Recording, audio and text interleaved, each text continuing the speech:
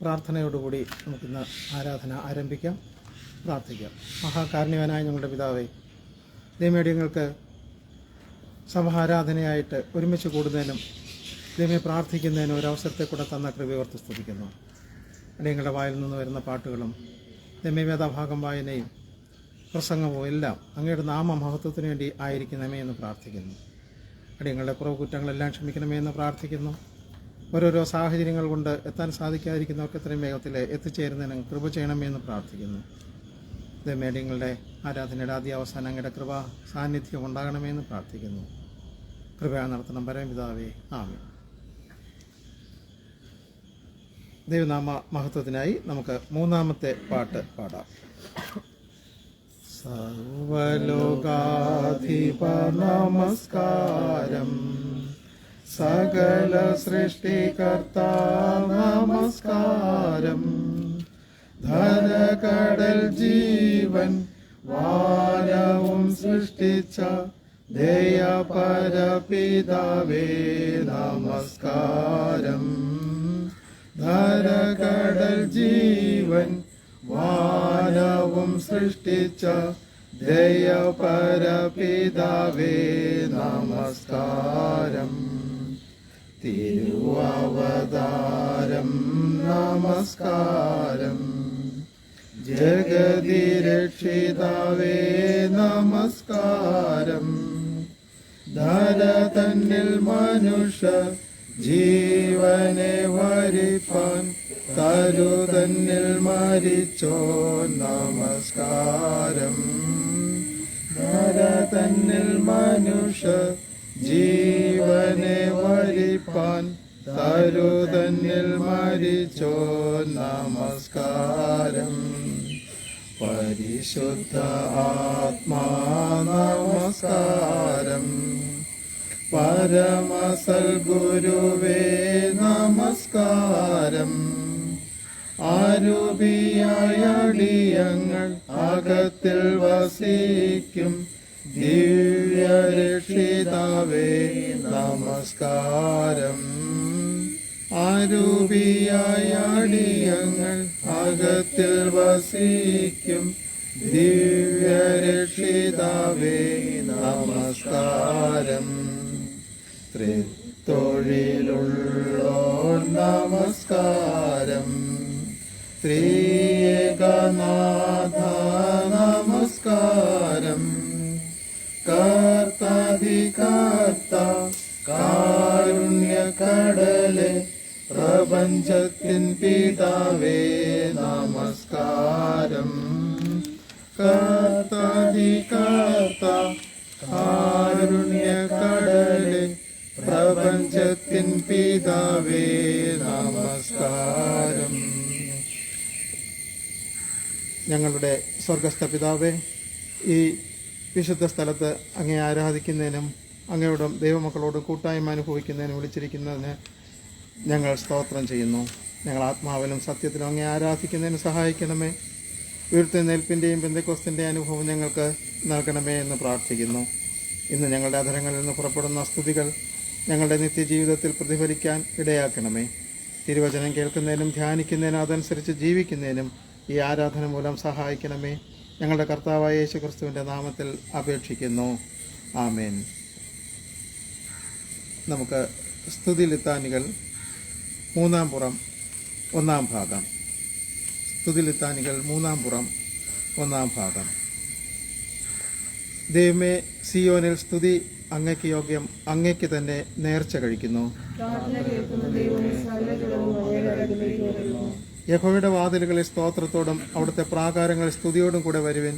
യഹോവയ്ക്ക് സ്തോത്രം ചെയ്ത് അവിടുത്തെ നാമത്തെ വാഴ്ത്തുവിൻ.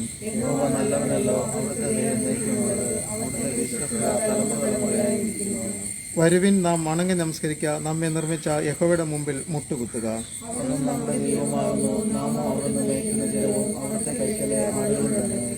യഹോവയുടെ പർവ്വതത്തിൽ ആര് കയറും? അവിടുത്തെ വിശുദ്ധ സ്ഥലത്ത് ആർ നിൽക്കും? വെടിപ്പുള്ള കയ്യിൽ നിർമ്മല ഹൃദയമുള്ളവൻ, വ്യാജത്തിന് മനസ്സ് വയ്ക്കാതെയും കള്ളസത്യം ചെയ്യാതെയും ഇരിക്കുന്നവൻ. ഞങ്ങളുടെ ദൈവമായ കർത്താവിന്റെ പക്കൽ കരുണയും മോചനവും ഉണ്ട്. ഞങ്ങളോ ദൈവത്തോട് മത്സരിച്ചു. അവിടുന്ന് തന്റെ ദാസന്മാരായ പ്രവാചകന്മാർ മുഖാന്തരം ഞങ്ങളുടെ മുമ്പിൽ വച്ചിരിക്കുന്ന ന്യായപ്രമാണ പ്രകാരം നടപ്പാൻ ഞങ്ങൾ ഞങ്ങളുടെ ദൈവമായ യഹോവയുടെ വചനം കേട്ട് അനുസരിച്ചില്ല.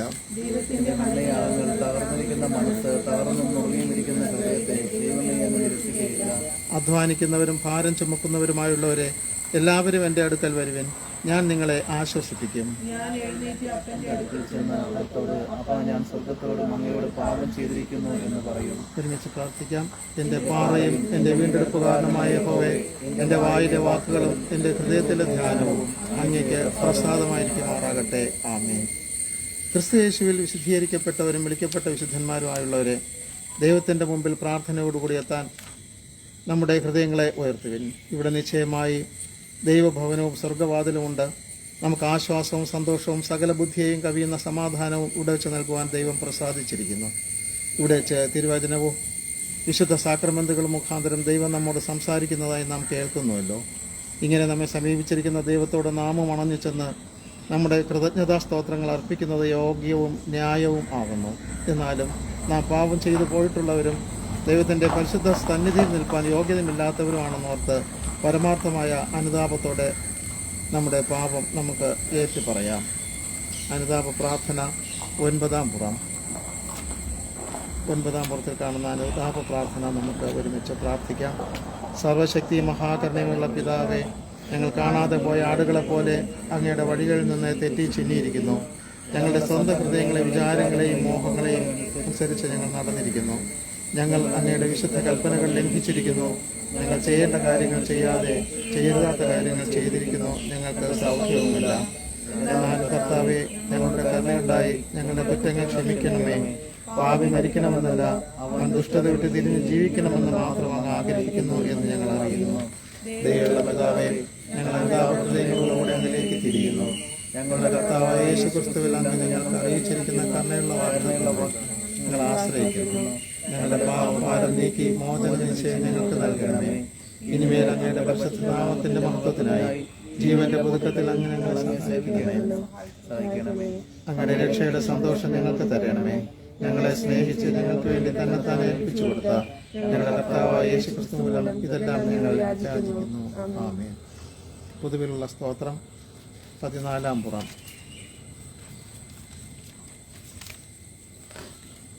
സർവശക്തിയുള്ള ദൈവമേ, മഹാകരുണയുള്ള പിതാവേ, അങ്ങയുടെ അയോഗ്യദാസനായ ഞങ്ങളോടും സകല മനുഷ്യരോടും അങ്ങേക്കുള്ള സകല കരുതലുകൾക്കായും ആർദ്രതയ്ക്കായും ഞങ്ങൾ അങ്ങേക്ക് മഹാവിനയവും മനഃപൂർവ്വമായ സ്തോത്രം ചെയ്യുന്നു.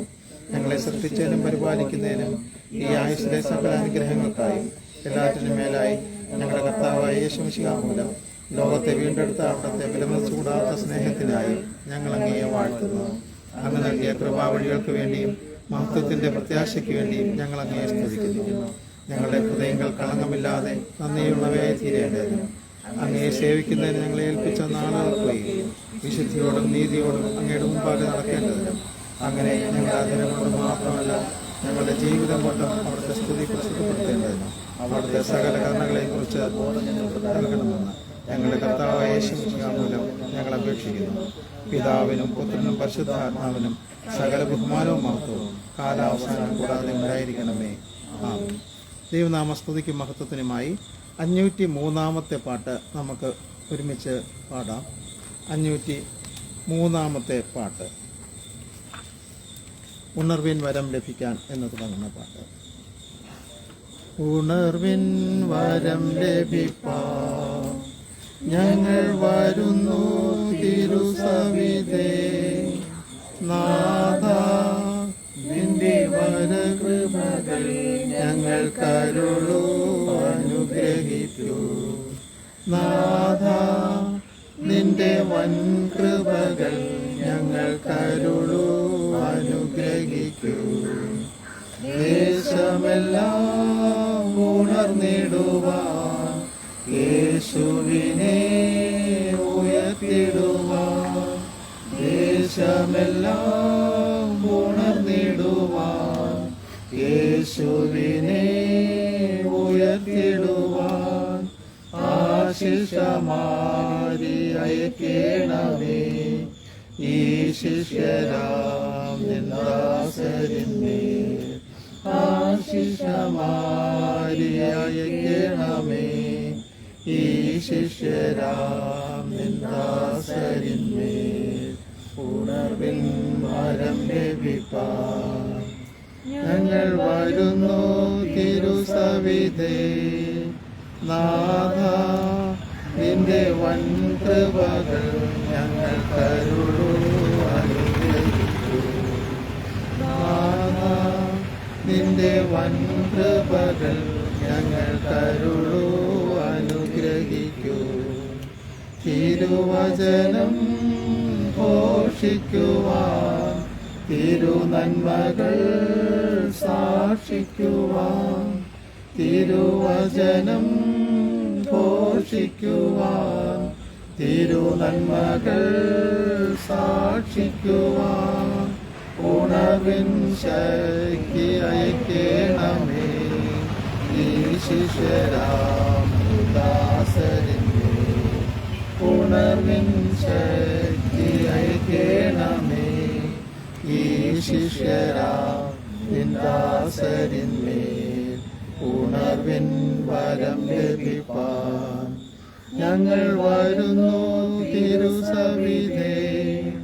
നാഥ നിന്റെ വൻ കൃപകൾ ഞങ്ങൾ കരുളൂ അനുഗ്രഹിക്കൂ. നാഥ നിന്റെ വൻ കൃപകൾ ഞങ്ങൾ കരുളൂ അനുഗ്രഹിക്കൂ.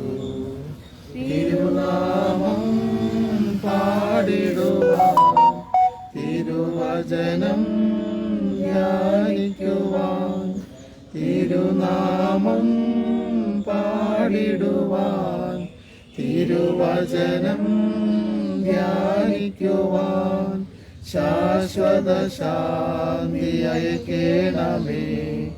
ഈ ശിഷ്യരാം ദാസരിന്മേൽ ശാശ്വത ശാന്തി അയക്കേണമേ. ഈ ശിഷ്യരാം ദാസരിന്മേൽ ഉണർവിൻ വരം ലഭിപ്പാൻ ഞങ്ങൾ കരുളൂ അനുഗ്രഹിക്കൂ. നാഥ നിന്റെ വൻ കൃപകൾ ഞങ്ങൾ കരുളൂ അനുഗ്രഹിക്കൂ. നാഥ നിന്റെ വൻ കൃപകൾ ഞങ്ങൾ കരുളൂ അനുഗ്രഹിക്കൂ. ഈ സമയം നമുക്ക് സങ്കീർത്തനം വേദഭാഗവും വായിക്കാം.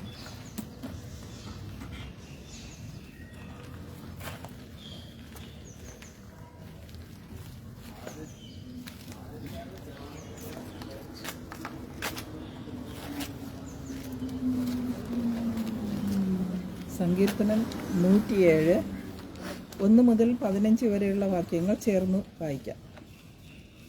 107 1 മുതൽ 15 വരെ.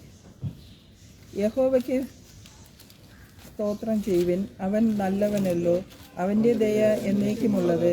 യഹോവ വൈരിയുടെ കയ്യിൽ നിന്നും വീണ്ടെടുക്കുകയും കിഴക്കും പടിഞ്ഞാറും വടക്കും കടലിലുമുള്ള ദേശങ്ങളിൽ നിന്ന് കൂട്ടിച്ചേർക്കുകയും ചെയ്തവരായ അവൻ്റെ വിമുക്തന്മാർ അങ്ങനെ പറയട്ടെ. അവർ മരുഭൂമിയിൽ ജനസഞ്ചാരമില്ലാത്ത വഴിയിൽ ഉഴന്നു നടന്നു. പാർപ്പാൻ ഒരു പട്ടണവും അവർ കണ്ടെത്തിയില്ല. അവർ വിശന്നും ദാഹിച്ചുമിരുന്നു. അവരുടെ പ്രാണൻ അവരുടെ ഉള്ളിൽ തളർന്നു. അവർ തങ്ങളുടെ കഷ്ടതയിൽ യഹോവയോട് നിലവിളിച്ചു. അവൻ അവരെ അവരുടെ ഞെരുക്കങ്ങളിൽ നിന്ന് വിടുവിച്ചു. അവർ പാർപ്പാൻ തക്ക പട്ടണങ്ങളിൽ ചെല്ലേണ്ടതിന് അവൻ അവരെ ചൊവ്വയുള്ള വഴിയിൽ നടത്തി. അവർ യഹോവയെ അവന്റെ നന്മയെ ചൊല്ലിയും മനുഷ്യപുത്രന്മാരിൽ ചെയ്ത അത്ഭുതങ്ങളെ ചൊല്ലിയും സ്തുതിക്കട്ടെ. അവൻ ആർത്തിയുള്ളവന് തൃപ്തി വരുത്തുകയും വിശപ്പുള്ളവന് നന്മ കൊണ്ട് നിറയ്ക്കുകയും ചെയ്യുന്നു. ദൈവത്തിന്റെ വചനങ്ങളോട് മത്സരിക്കുകയും അത്യുന്നതന്റെ ആലോചനയെ നിരസിക്കുകയും ചെയ്തിട്ട് ഇരുളിലും അന്ധതമസിലും ഇരുന്നു. അരിഷ്ടതയാലും ഇരുമ്പ് ചങ്ങലയാലും ബന്ധിക്കപ്പെട്ടവർ. അവരുടെ ഹൃദയത്തെ അവൻ കഷ്ടത കൊണ്ട് താഴ്ത്തി. അവർ ഇടറി വീണു.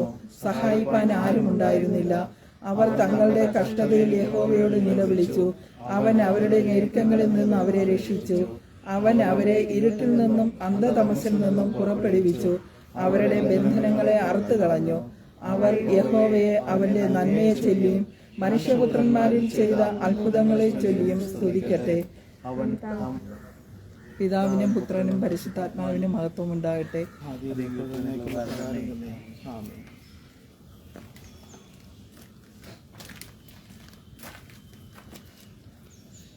പഴയ നിയമ വേദഭാഗം 1 രാജാക്കന്മാർ 17-ാം അധ്യായം 1 മുതൽ 16 വരെയുള്ള വാക്യങ്ങൾ.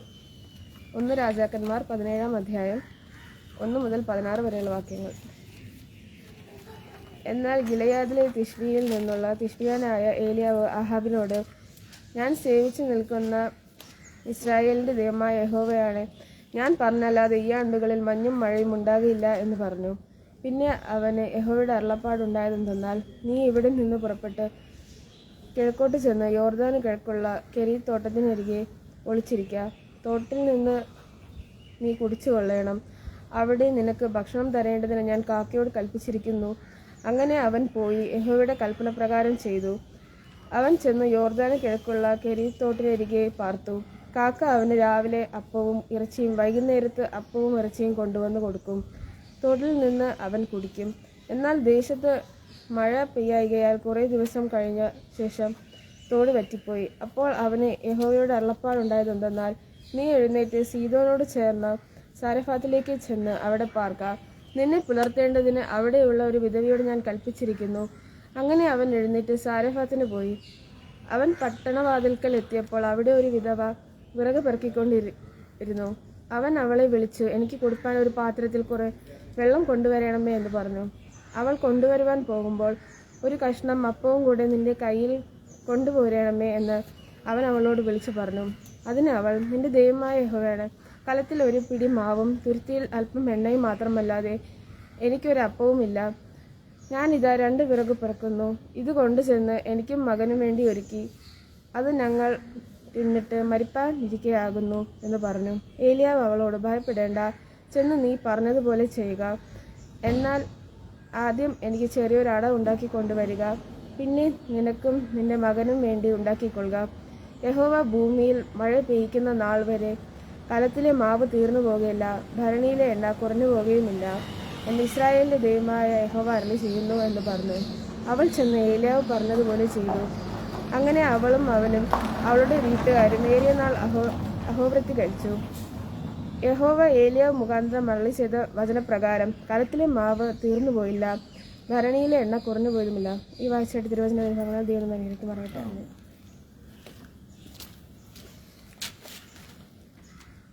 വായനയ്ക്കായി നൽകിയിട്ടുള്ള ലേഖനഭാഗം ഗലാത്യർ 2-ാം അധ്യായം 1 മുതൽ 10 വരെയുള്ള വാക്യങ്ങൾ. ഗലാത്യർ 2-ാം അധ്യായം 1 മുതൽ 10 വരെയുള്ള വാക്യങ്ങൾ. 14 ആണ്ട് കഴിഞ്ഞിട്ട് ഞാൻ ബർന്നബാസുമായി തീത്തോസിനെയും കൂട്ടിക്കൊണ്ട് വീണ്ടും യെരുശലേമിലേക്ക് പോയി. ഞാൻ ഒരു വെളിപ്പാട് അനുസരിച്ചത്രേ പോയത്. ഞാൻ ഓടുന്നതോ ഓടിയതോ വെറുതെ എന്ന് വരാതിരിപ്പാൻ ഞാൻ ജാതികളുടെ ഇടയിൽ പ്രസംഗിക്കുന്ന സുവിശേഷം അവരോട് വിശേഷാൽ പ്രമാണികളോട് വിവരിച്ചു. എൻ്റെ കൂടെയുള്ള തീത്തോസ് യവനൻ എങ്കിലും പരിച്ഛേദന ഏൽപ്പാൻ അവനെ ആരും നിർബന്ധിച്ചില്ല. അതോ നുഴഞ്ഞു വന്ന കള്ള സഹോദരന്മാർ നിമിത്തമായിരുന്നു. അവർ നമ്മെ അടിമപ്പെടുത്തേണ്ടതിന് ക്രിസ്തുയേശുവിൽ നമുക്കുള്ള സ്വാതന്ത്ര്യം ഒറ്റുനോക്കുവാൻ നുഴഞ്ഞു വന്നിരുന്നു. സുവിശേഷത്തിൻ്റെ സത്യം നിങ്ങളോട് കൂടെ നിലനിൽക്കേണ്ടതിന് ഞങ്ങൾ അവർക്ക് ഒരു നാഴിക പോലും വഴങ്ങിക്കൊടുത്തില്ല. പ്രമാണികളായവരോ അവർ പണ്ട് എങ്ങനെയുള്ളവർ ആയിരുന്നാലും എനിക്ക് ഏതുമില്ല. ദൈവം മനുഷ്യൻ്റെ മുഖം നോക്കുന്നില്ല. പ്രമാണികൾ എനിക്കൊന്നും ഗ്രഹിപ്പിച്ചു തന്നിട്ടില്ല. നേരെ മറിച്ച് പരിച്ഛേദനയുടെ അപ്പോസ്തലത്തിനായി പത്രോസിനോടുകൂടെ വ്യാപരിച്ചവൻ ജാതികൾക്കായി എന്നോടുകൂടെ വ്യാപരിച്ചതുകൊണ്ട് പത്രോസിന് പരിച്ഛേദനക്കാരുടെ ഇടയിലെ സുവിശേഷ ഘോഷണം എന്ന പോലെ എനിക്ക് അഗ്രചർമ്മക്കാരുടെ ഇടയിലെ സുവിശേഷ ഘോഷണം ഭരമേൽപ്പിച്ചിരിക്കുന്നു എന്ന് കണ്ടും എനിക്ക് ലഭിച്ച കൃപ അറിഞ്ഞുകൊണ്ടും തൂണുകളായി എണ്ണപ്പെട്ടിരുന്ന യാക്കോബും കേഫാവും യോഹന്നാനും ഞങ്ങൾ ജാതികളുടെ ഇടയിലും അവർ പരിച്ഛേദനക്കാരുടെ ഇടയിലും സുവിശേഷം അറിയിപ്പാൻ തക്കവണ്ണം എനിക്കും ബർന്നബാസിനും കൂട്ടായ്മയുടെ വലങ്കൈ തന്നു. ദരിദ്രരെ ഞങ്ങൾ ഓർത്തുകൊള്ളണം എന്ന് മാത്രം അവർ പറഞ്ഞു. അങ്ങനെ ചെയ്യുവാൻ ഞാൻ ഉത്സാഹിച്ചുമിരിക്കുന്നു. വായിച്ചു കേട്ട ദൈവജനങ്ങൾ ദൈവം നമ്മെ അനുഗ്രഹിക്കുമാറാകട്ടെ. ഇന്നത്തെ വായനയ്ക്കുള്ള സുവിശേഷ ഭാഗം വിശുദ്ധ മത്തായി എഴുതിയ സുവിശേഷം 13-ാം അധ്യായം 47 മുതൽ 52 വരെയുള്ള വാക്യങ്ങൾ. വിശുദ്ധ മത്തായി എഴുതിയ സുവിശേഷം 13-ാം അധ്യായം 47 മുതൽ 52 വരെയുള്ള വാക്യങ്ങൾ. പിന്നെയും സ്വർഗരാജ്യം കടലിൽ ഇടുന്നതും എല്ലാ വക മീനും പിടിക്കുന്നതുമായൊരു വലയോട് സദൃശ്യം. നിറഞ്ഞപ്പോൾ അവർ അത് വലിച്ച് കരയ്ക്ക് കയറ്റി ഇരുന്നു കൊണ്ട് നല്ലത് പാത്രങ്ങളിൽ കൂട്ടിവെച്ചു, ചീത്ത എറിഞ്ഞു കളഞ്ഞു. അങ്ങനെ തന്നെ ലോകാവസാനത്തിൽ സംഭവിക്കും. ദൂതന്മാർ പുറപ്പെട്ട് നീതിമാന്മാരുടെ ഇടയിൽ നിന്ന് ദുഷ്ടന്മാരെ വേർതിരിച്ച് തീച്ചുളയിൽ ഇട്ടുകളയും. ഇവിടെ കരച്ചിലും പല്ലുകടിയും ഉണ്ടാകും. ഇതെല്ലാം ഗ്രഹിച്ചുപോ എന്നതിന് അവർ ഉവ്വ് എന്ന് പറഞ്ഞു.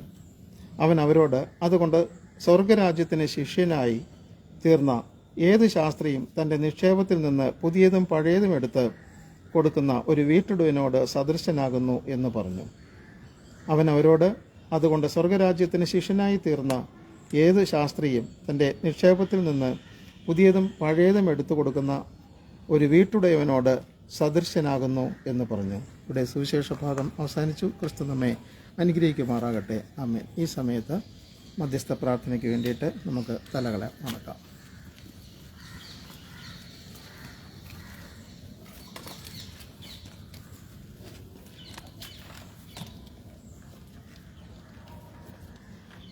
സ്തോത്രം സ്തോത്രം സ്തുതിക്കുന്നു നാഥ. ദൈവമേ, പ്രശ്നങ്ങളും പ്രതിസന്ധികളും നിറഞ്ഞ ഈ ലോകത്തിൽ കർത്താവെ, അപ്പോൾ മിഷണറിമാരാൽ അടിസ്ഥാനം വിട്ട് ത്യാഗപൂർണമായ വിശ്വാസത്തിലൂടെ വളർന്നു വന്ന ദക്ഷിണ കേരള മഹാടവക ആത്മീയ പ്രസ്ഥാനത്തിൽ കർത്താവെ, ഹൃദയവേദനയോടെ ആണെങ്കിലും ഇങ്ങനെ നിന്ന് ഞങ്ങൾക്ക് ഒരുമിച്ച് പ്രാർത്ഥിക്കുവാൻ തന്ന വിലയേറിയ ഭാഗ്യത്തിനായി സ്തുതിക്കുന്നു, സ്തോത്രം ചെയ്യുന്നു. അപ്പോൾ ദൈവമേ, ഞങ്ങളെ കൂടെയുള്ള സഹവിശ്വാസികൾക്ക് വേണ്ടി പ്രാർത്ഥിക്കുന്നു. ദൈവാലയമില്ലാതെ കർത്താവെ വീട്ടിലായിരിക്കുന്നു, ആരാധനയിൽ പങ്കെടുക്കാൻ കഴിയാതെ കർത്താവെ അവരുടെ അവസ്ഥകളെ ഓർത്ത് കർത്താവെ ഞങ്ങളെ തിരുസന്നിധിയിൽ പ്രാർത്ഥിക്കുന്നു. അപ്പോൾ അവർക്ക് ആത്മീയമായ നന്മകൾ നൽകി അനുഗ്രഹിക്കണമേ കർത്താവെ. അവരുടെ ആവശ്യങ്ങളിൽ അങ്ങയുടെ കൃപ കൂടിയിരിക്കണമേ കർത്താവെ. അവരെ ആത്മീയമായി ബലപ്പെടുത്തണമേ നാഥ. കർത്താവെ, വീണ്ടും ഞങ്ങൾക്ക് ഒരുമിച്ച് കൂടി നശിപ്പിക്കപ്പെട്ട ദൈവാലയത്തിൻ്റെ സ്ഥാനത്ത് അപ്പോൾ ഒരുമിച്ച് പ്രാർത്ഥിക്കുവാൻ, ആരാധിക്കുവാൻ കർത്താവെ, കത്തീഡ്രൽ കുടുംബമെന്ന പേരിൽ കർത്താവെ ഞങ്ങൾക്ക് ഒരുമിച്ചായിരിക്കുവാൻ കർത്താവെ അവിടുന്ന് കൃപ ചെയ്ത് ഞങ്ങളെ അനുഗ്രഹിക്കണമേ നാഥ. കർത്താവെ, അന്യായമായി കർത്താവെ ഞങ്ങളുടെ കൂടെയുള്ള പലരും ദൈവമേ അർഹതയില്ലാത്ത സ്ഥാനത്താണ് കയറിയിരിക്കുന്നത്. അപ്പോൾ മറ്റൊരു ദേവാലയത്തിൽ ചെന്ന് കർത്താവെ അവർക്ക് പോലും ആത്മീയ വളർച്ചകൾ ഉണ്ടാക്കുവാൻ വേണ്ടി ആയിരിക്കുന്ന മനസ്സുകളുണ്ട്.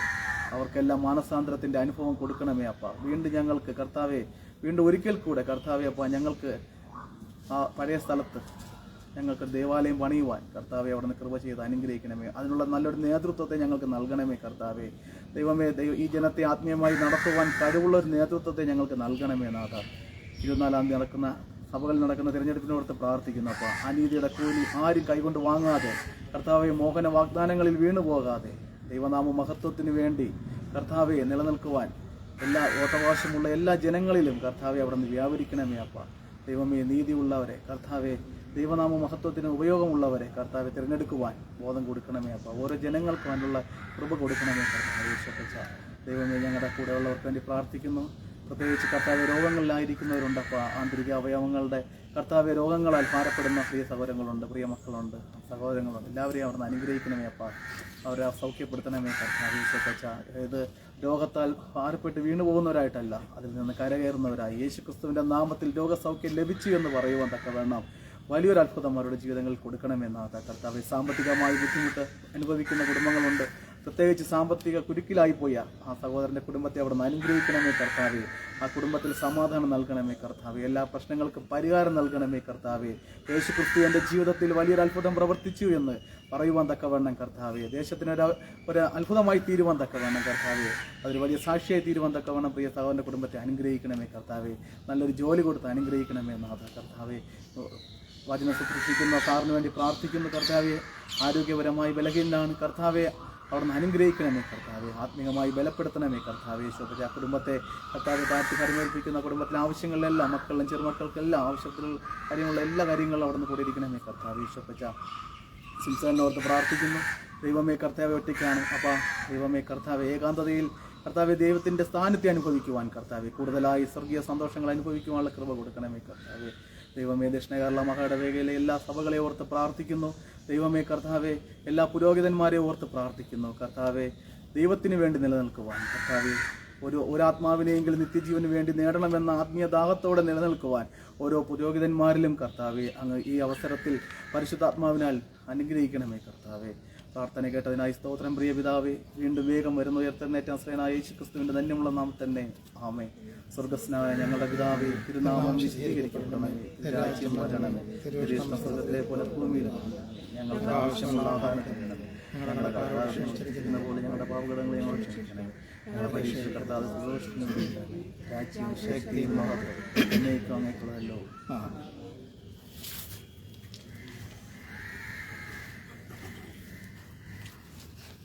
ഈ സമയം നമുക്ക് ആരാധനാക്രമം 22-ാം പുറത്ത് കാണുന്ന സ്നേഹവചനങ്ങൾ ഒരുമിച്ച് ചൊല്ലാം. 22-ാം പുറത്ത് കാണുന്ന സ്നേഹവചനങ്ങൾ. ഞാൻ മനുഷ്യരുടെയും ദൂതന്മാരുടെയും ഭാഷകളിൽ സംസാരിച്ചാലും എനിക്ക് സ്നേഹമില്ല എങ്കിൽ ഞാൻ മുഴങ്ങുന്ന ചെമ്പോ ചിലമ്പുന്ന കൈത്താളമോ അത്രേ.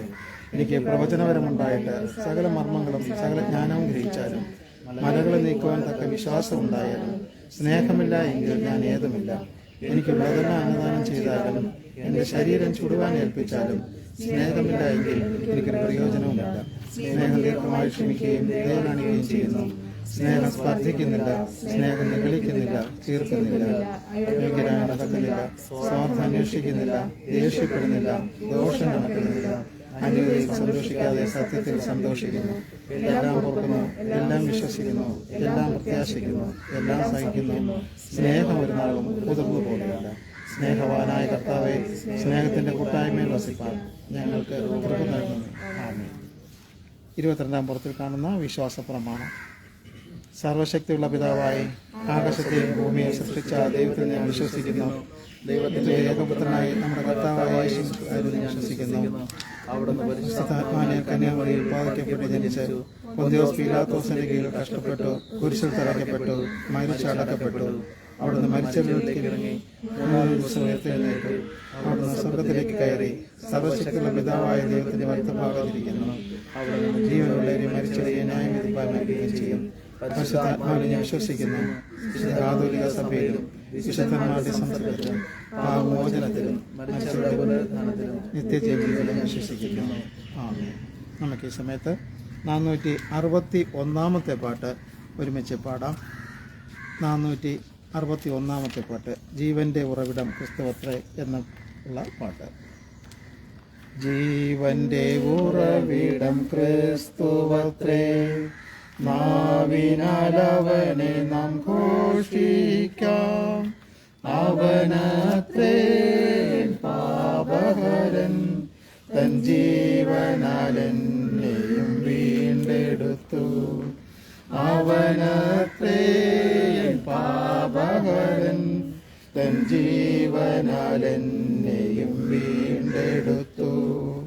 താഴ്ചയിൽ എനിക്കവൻ തണലേകി, താങ്ങി എന്നെ വീഴ്ചയിൽ വഴി നടത്തി. തുടച്ചെന്റെ കണ്ണുനീർ പൊൻകരത്താൽ, തുടിക്കുന്നൻ മനം സ്വർഗ സന്തോഷത്താൽ. തുടച്ചെന്റെ കണ്ണുനീർ പൊൻകരത്താൽ, തുടിക്കുന്നൻ മനം സ്വർഗ സന്തോഷത്താൽ. ജീവന്റെ ഉറവിടം ക്രിസ്തുവത്രേ, നാവിനാൽ അവനെ നാം ഘോഷിക്കാം. അവനത്രേ പാപഹരൻ, തൻ ജീവനാൽ എന്നെയും വീണ്ടെടുത്തു. അവനത്രേ പാപഹരൻ, തൻ ജീവനാൽ എന്നെയും വീണ്ടെടുത്തു. നമുക്ക് മുൻ ചെന്നതാം വിശുദ്ധന്മാരാ, അലങ്കൃതമായ തിരുവചനം അനുദിനം തരുമവൻ പുതുശക്തിയാൽ. അനുഭവിക്കും അതിസന്തോഷത്താൽ, അനുദിനം തരുമവൻ പുതുശക്തിയാൽ. അനുഭവിക്കും അതിസന്തോഷത്താൽ. ജീവന്റെ ഉറവിടം ക്രിസ്തുവത്രേ, നാവിനാൽ അവനെ നാം ഘോഷിക്കാം. അവനത്രേ ജീവനാൽ എന്നെയും വീണ്ടെടുത്തു. അവനത്രേ എൻ പാപഹരൻ, തൻ ജീവനാൽ എന്നെയും വീണ്ടെടുത്തു. കരകണതാഴിയിൽ വലയുവോരെ, കരുണയെ കാംക്ഷിക്കും മൃതപ്രായരെ, വരികവൻ ചാരത്തു ബന്ധിതരെ, തരുമവൻ കൃപ മനഃശാന്തിയതും. വരികവൻ ചാരത്തു ബന്ധിതരെ, തരുമവൻ കൃപ മനഃശാന്തിയതും. ജീവന്റെ ഉറവിടം ക്രിസ്തുവത്രേ, നാവിനാൽ അവനെ നാം ഘോഷിക്കാം. അവനത്രേ എൻ പാപഹരൻ, തൻ ജീവനാൽ എന്നെയും വീണ്ടെടുത്തു. അവനത്രേ എൻ പാപഹരൻ, തൻ ജീവനാൽ എന്നെയും വീണ്ടെടുത്തു. തിരുവചനാധ്യാനത്തിന് വേണ്ടി നമുക്ക് പിതാവിനോട് പ്രാർത്ഥിച്ചുകൊണ്ട് നമുക്ക് ആരംഭിക്കാം. കാരുണ്യവാനായ ഞങ്ങളുടെ പിതാവേ, ദൈവമേ, അടിയങ്ങൾ അങ്ങിൽ നിന്ന് അനുഗ്രഹങ്ങൾ പ്രാപിക്കുന്നതിന് വേണ്ടി സന്തോഷത്തോടുകൂടി ഒരുമിച്ച് കൂടിയിരിക്കുന്നു. അടിയങ്ങളോടൊപ്പം എത്തേണ്ടുന്നവരെ ദൈവമേ അധികം താമസിയാതെ കൂട്ടിച്ചേർക്കണമേ എന്ന് പ്രാർത്ഥിക്കുന്നു. എല്ലാവർക്കും അങ്ങയുടെ നന്മ അനുഭവിക്കുന്നതിനുള്ള ഭാഗ്യത്തെ പ്രദാനം ചെയ്യണമേ. രോഗത്താലും മറ്റ് പല ബുദ്ധിമുട്ടുകളാലും ആയിരിക്കുന്ന ഓരോരുത്തരും ഉണ്ടല്ലോ, അവരെ സഹായിക്കണം. ദൈവമേ, എല്ലാത്തിലും ഉപരിയായി അടിയങ്ങൾക്ക് തിരുവചനം എന്ന വിശിഷ്ട ദാനം നൽകി അടിയങ്ങളെ പരിപോഷിപ്പിക്കണമേ എന്ന് പ്രാർത്ഥിക്കുന്നു. കൃപയാൽ നടത്തണം. യാത്രകളിലെല്ലാം കൂടെ ഇരിക്കണം. അങ്ങയുടെ സാന്നിധ്യം ഉണ്ടാകണം. പരമപിതാവേ, ആമേൻ. ഇന്നത്തെ ചിന്തയ്ക്ക് വേണ്ടി നമുക്ക് തന്നിട്ടുള്ള വിഷയമെന്ന് പറയുന്നത് ദൗത്യം എല്ലായിടത്തും എല്ലായ്പ്പോഴും എന്നുള്ളതാണ്. ദൗത്യം എന്ന് പറയുമ്പോൾ നമ്മൾ പലപ്പോഴും ഓരോ കൊച്ചു കാര്യമായിരുന്നാലും ശരി, അതിന് വേണ്ടിയിട്ട് ഇറങ്ങി തിരിച്ച് പോകുമ്പോൾ അതൊരു ദൗത്യം തന്നെയാണ്. ഒരു ക്ലാസ്സിൽ പഠിക്കുന്ന ഒരു കുട്ടി പഠനം ആരംഭിച്ചു, ഏറ്റവും ഒടുവിൽ പരീക്ഷ എഴുതി പാസ്സായി വരുന്നു. അവൻ്റെ ദൗത്യം അപ്പോൾ പൂർത്തിയാക്കി വരികയാണ്. തുടർന്ന് അടുത്ത ക്ലാസ്സിലേക്ക് പോകുന്ന രണ്ടാമത്തെ ഒരു ദൗത്യം. ഇങ്ങനെ ഓരോരുത്തർക്കും ഓരോ തരത്തിലുള്ള ദൗത്യമുണ്ട്. ഓരോ യാത്രകൾ ആരംഭിച്ച് പൂർത്തിയാക്കുന്നത് ഒരു ദൗത്യം തന്നെയാണ്. അപ്പോൾ ദൗത്യത്തിൻ്റെ ആരംഭം അത് ഒരു ഭാഗത്ത് നിന്ന് ആരംഭിച്ച് അത് എല്ലായിടത്തേക്കും പോകുന്നു എന്നുള്ളതാണ് വിശിഷ്ട ദൈവവചനത്തിലൂടെ നമ്മെ പഠിപ്പിക്കുന്നത്. അപ്പോൾ നമുക്ക് ദൗത്യ പൂർത്തീകരണം എന്നുള്ള നമ്മെ ഏൽപ്പിച്ചിട്ടുള്ള വലിയൊരു കാര്യമാണ്. ഒരു കാര്യത്തിൽ മാത്രമല്ല, നമ്മുടെ കുടുംബജീവിതത്തിൽ, മറ്റു കാര്യങ്ങളിൽ, സാമൂഹ്യ കാര്യങ്ങളിൽ എല്ലായിടത്തും ദൗത്യത്തിൻ്റെ ആവശ്യമുണ്ട്. അതെല്ലാം വ്യക്തമായിട്ട് പ്ലാൻ ചെയ്ത് മുമ്പോട്ട് കൊണ്ടുപോകുന്ന ഒരു യാത്ര തന്നെയാണ് ദൗത്യം എന്ന് പ്രത്യേകം ഓർമ്മിക്കുക. ഇവിടെ വേദോസ്തത്തിൽ നമുക്ക് വേണ്ടി തന്നിട്ടുള്ള ഭാഗത്തിൽ പറയുന്നത് വല ഇടുന്ന ഒരു അവസ്ഥയെക്കുറിച്ചാണ്. 13-ാം അധ്യായത്തിൻ്റെ 47-ാം വാക്യത്തിൽ, പിന്നെയും സ്വർഗരാജ്യം കടലിൽ ഇടുന്നതും എല്ലാ വക മീനും പിടിക്കുന്നതുമായ ഒരു വലയോട് സദൃശ്യം. നമ്മൾ സാധാരണ രീതിയിൽ വലയെക്കുറിച്ച് ചിന്തിക്കുമ്പോൾ നമ്മുടെ വീട്ടിലായിരുന്നാലും പുറത്തായിരുന്നാലും കാണുന്ന ചിലന്തി വല സിമ്പിളായിട്ട് നമുക്ക് മനസ്സിലാക്കാൻ സാധിക്കുന്നതാണ്. ചില പുരാണമായിട്ട് ബന്ധപ്പെട്ടോ അതല്ലെന്നുണ്ടെങ്കിൽ പേടിപ്പെടുത്തുന്ന തരത്തിലുള്ള ഏതെങ്കിലും സിനിമകളോ ഒക്കെ കാണുമ്പോഴേക്കും അതിൽ ചിലന്തി വലയ്ക്ക് പ്രത്യേക പ്രാധാന്യം കൊടുത്തിട്ട് പൊട്ടിപ്പോകാത്ത രീതിയിൽ അതിനെ നിർമ്മിച്ച് അത് പൊട്ടിച്ചുകൊണ്ട് പോകുന്നതും തുടങ്ങി വളരെ വൈദഗ്ധ്യമായ രൂപത്തിൽ ചിലന്തി വലയെ നമ്മുടെ മുമ്പിൽ അവതരിപ്പിച്ചിട്ടുള്ളത് നമുക്ക് കാണാൻ സാധിക്കും. അപ്പോൾ ഒരു വലയോട് സദൃശ്യം, ഒരു വെബ് എന്നാണ് ആ ചിലന്തി വലയെ പറയുന്നത്. ഈ വെബിന് ഒരു പ്രത്യേകതയുള്ള, ഒരു വല സൃഷ്ടിക്കുമ്പോൾ അതിനകത്ത് അതിൻ്റെ ശരീരത്തിൽ നിന്ന് ഉൽപ്പാദിപ്പിക്കപ്പെടുന്ന ഒരു ദ്രാവകം കൂടെ ചേർത്തത് പൊട്ടിപ്പോകാത്ത രൂപത്തിൽ നല്ല ടെമ്പറായിട്ട് അതിന് ഇരകളെ പിടിക്കുന്നതിന് വേണ്ടി ഒരു ഈച്ച പറന്നു പോയി കഴിഞ്ഞാൽ അതിനകത്ത് കുരുങ്ങി അതിൽ നിന്നും ആഹാരം ഉണ്ടാക്കുന്ന ചിലന്തി. അപ്പോൾ അവിടെ അതിൻ്റെ രക്തം ഊറ്റി കുടിക്കുന്ന ഒരാളിനെ ഭീഷണിപ്പെടുത്തി, ഒരാളിനെ അപകടത്തിൽപ്പെടുത്തി അതിൽ നിന്നും സമ്പത്തുണ്ടാക്കുന്ന ഒരവസ്ഥയെക്കുറിച്ച്, അല്ലെങ്കിൽ ജീവിതം നിലനിർത്തുന്ന ഒരവസ്ഥയെക്കുറിച്ച് നമുക്ക് അതിൽ നിന്ന് കാണാൻ സാധിക്കും. ഇതിനു മുമ്പ് നമ്മൾ പലപ്പോഴും കണ്ടിട്ടുണ്ട് www ഇൻ്റർനെറ്റൊക്കെ പരതുന്ന സമയത്ത്, അതായത് വേൾഡ് വേൾഡ് വൈഡ് വെബ് എന്നുള്ള രൂപത്തിലാണ് അതിൻ്റെ എക്സ്പാൻഷൻ വരുന്നത്. വേൾഡ് വൈഡ് വെബ്, ലോകം മുഴുവനും നിറഞ്ഞു നിൽക്കുന്ന, ലോകത്തുള്ള ഏത് കോണിൽ നിന്നും എന്ത് വിവരവും ശേഖരിക്കാൻ കഴിയുന്ന ഒരു സംവിധാനം. അത് പിൽക്കാലത്ത് അതിനെ നെറ്റ് എന്നുള്ള രൂപത്തിൽ ചുരുക്കപ്പേരിൽ അറിയപ്പെടുന്നു. നമ്മളിവിടെ വെള്ളയമ്പലത്ത് ഒരു വാട്ടർ അതോറിറ്റിയുടെ ഒരു വലിയൊരു കെട്ടിടമുണ്ട്. അവിടെ നോക്കുമ്പോഴും അവിടെ WWW എന്ന് എഴുതിയിട്ടുള്ളത് കാണാൻ സാധിക്കും.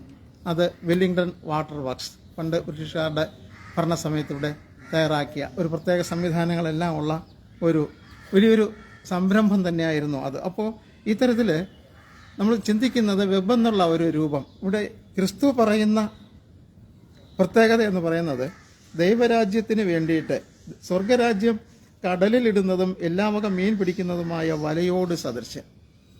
അപ്പോൾ വലയിടുന്നതിന് പ്രത്യേകമായിട്ടുള്ള ഒരു പ്രാഗൽഭ്യം ഉണ്ടായിരിക്കണം. നമ്മുടെ കൈവശം ഒരു വല കിട്ടിയാൽ നമ്മൾ വെള്ളത്തിലോട്ട് ഇട്ട് കഴിഞ്ഞാൽ അത് വെള്ളത്തിൽ ചെന്ന് വീഴുമെന്നുള്ളത് ഉറപ്പാണ്.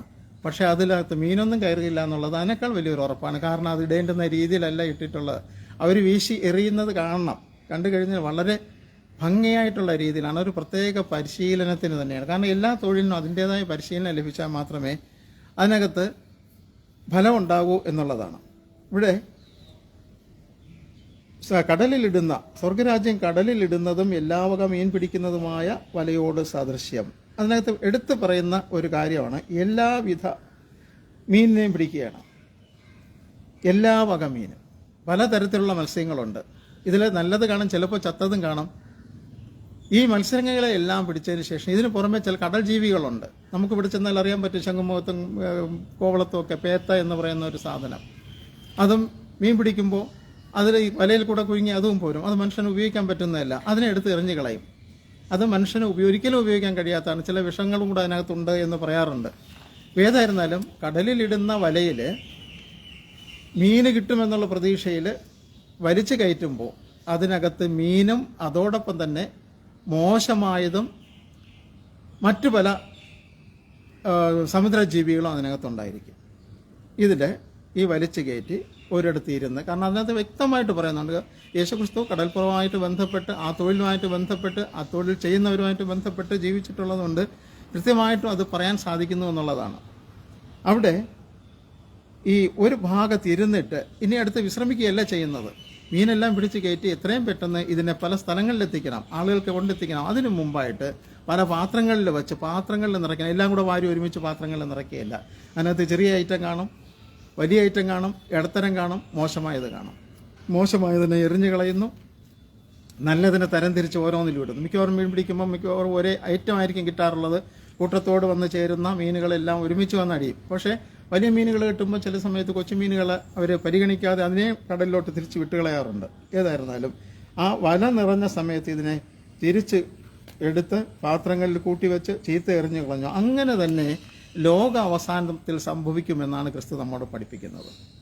ദൈനംദിന ജീവിതവുമായിട്ട് ബന്ധപ്പെട്ട ഒരു കാര്യം പറഞ്ഞ് മനസ്സിലാക്കിയതിന് ശേഷം ദൈവരാജ്യത്തെ നമ്മുടെ മുമ്പിൽ ക്രിസ്തു വരച്ച് കാണിക്കുന്നു.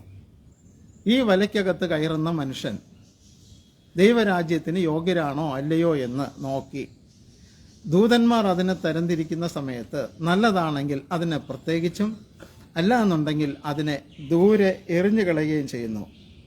അതിൽ എങ്ങനെയാണെന്ന് എടുത്തു പറയുന്നു. അങ്ങനെ തന്നെ ലോകാവസാനത്തിൽ സംഭവിക്കും. ദൂതന്മാർ പുറപ്പെട്ട് നീതിമാന്മാരുടെ ഇടയിൽ നിന്ന് ദുഷ്ടന്മാരെ വേർതിരിച്ച് തീച്ചൂളയിലിട്ട് കളയും.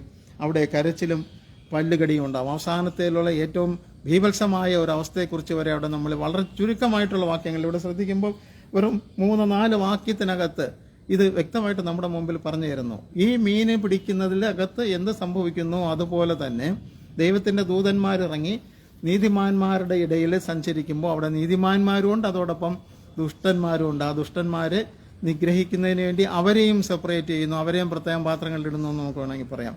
ഇട്ടതിന് ശേഷം അവരെ സംരക്ഷിക്കുകയല്ല ചെയ്യുന്നത്, അവരെ ഇടയിൽ നിന്ന് ദുഷ്ടന്മാരെ വേർതിരിച്ച് തീച്ചൂടയിൽ ഇട്ട് കളയും. അവിടെ കരച്ചിലും പല്ലുകടിയും ഉണ്ടാവും. കാരണം വെന്ത് തുടങ്ങുമ്പോഴേക്കും അതിനകത്തുനിന്ന് രക്ഷപ്പെടാൻ കഴിയാതെ വരുന്ന അവസ്ഥയിൽ ഉണ്ടാകുന്ന കാര്യമാണ് അവിടെ സൂചിപ്പിക്കുന്നത്. നമ്മുടെ അവസ്ഥ എന്താണ്?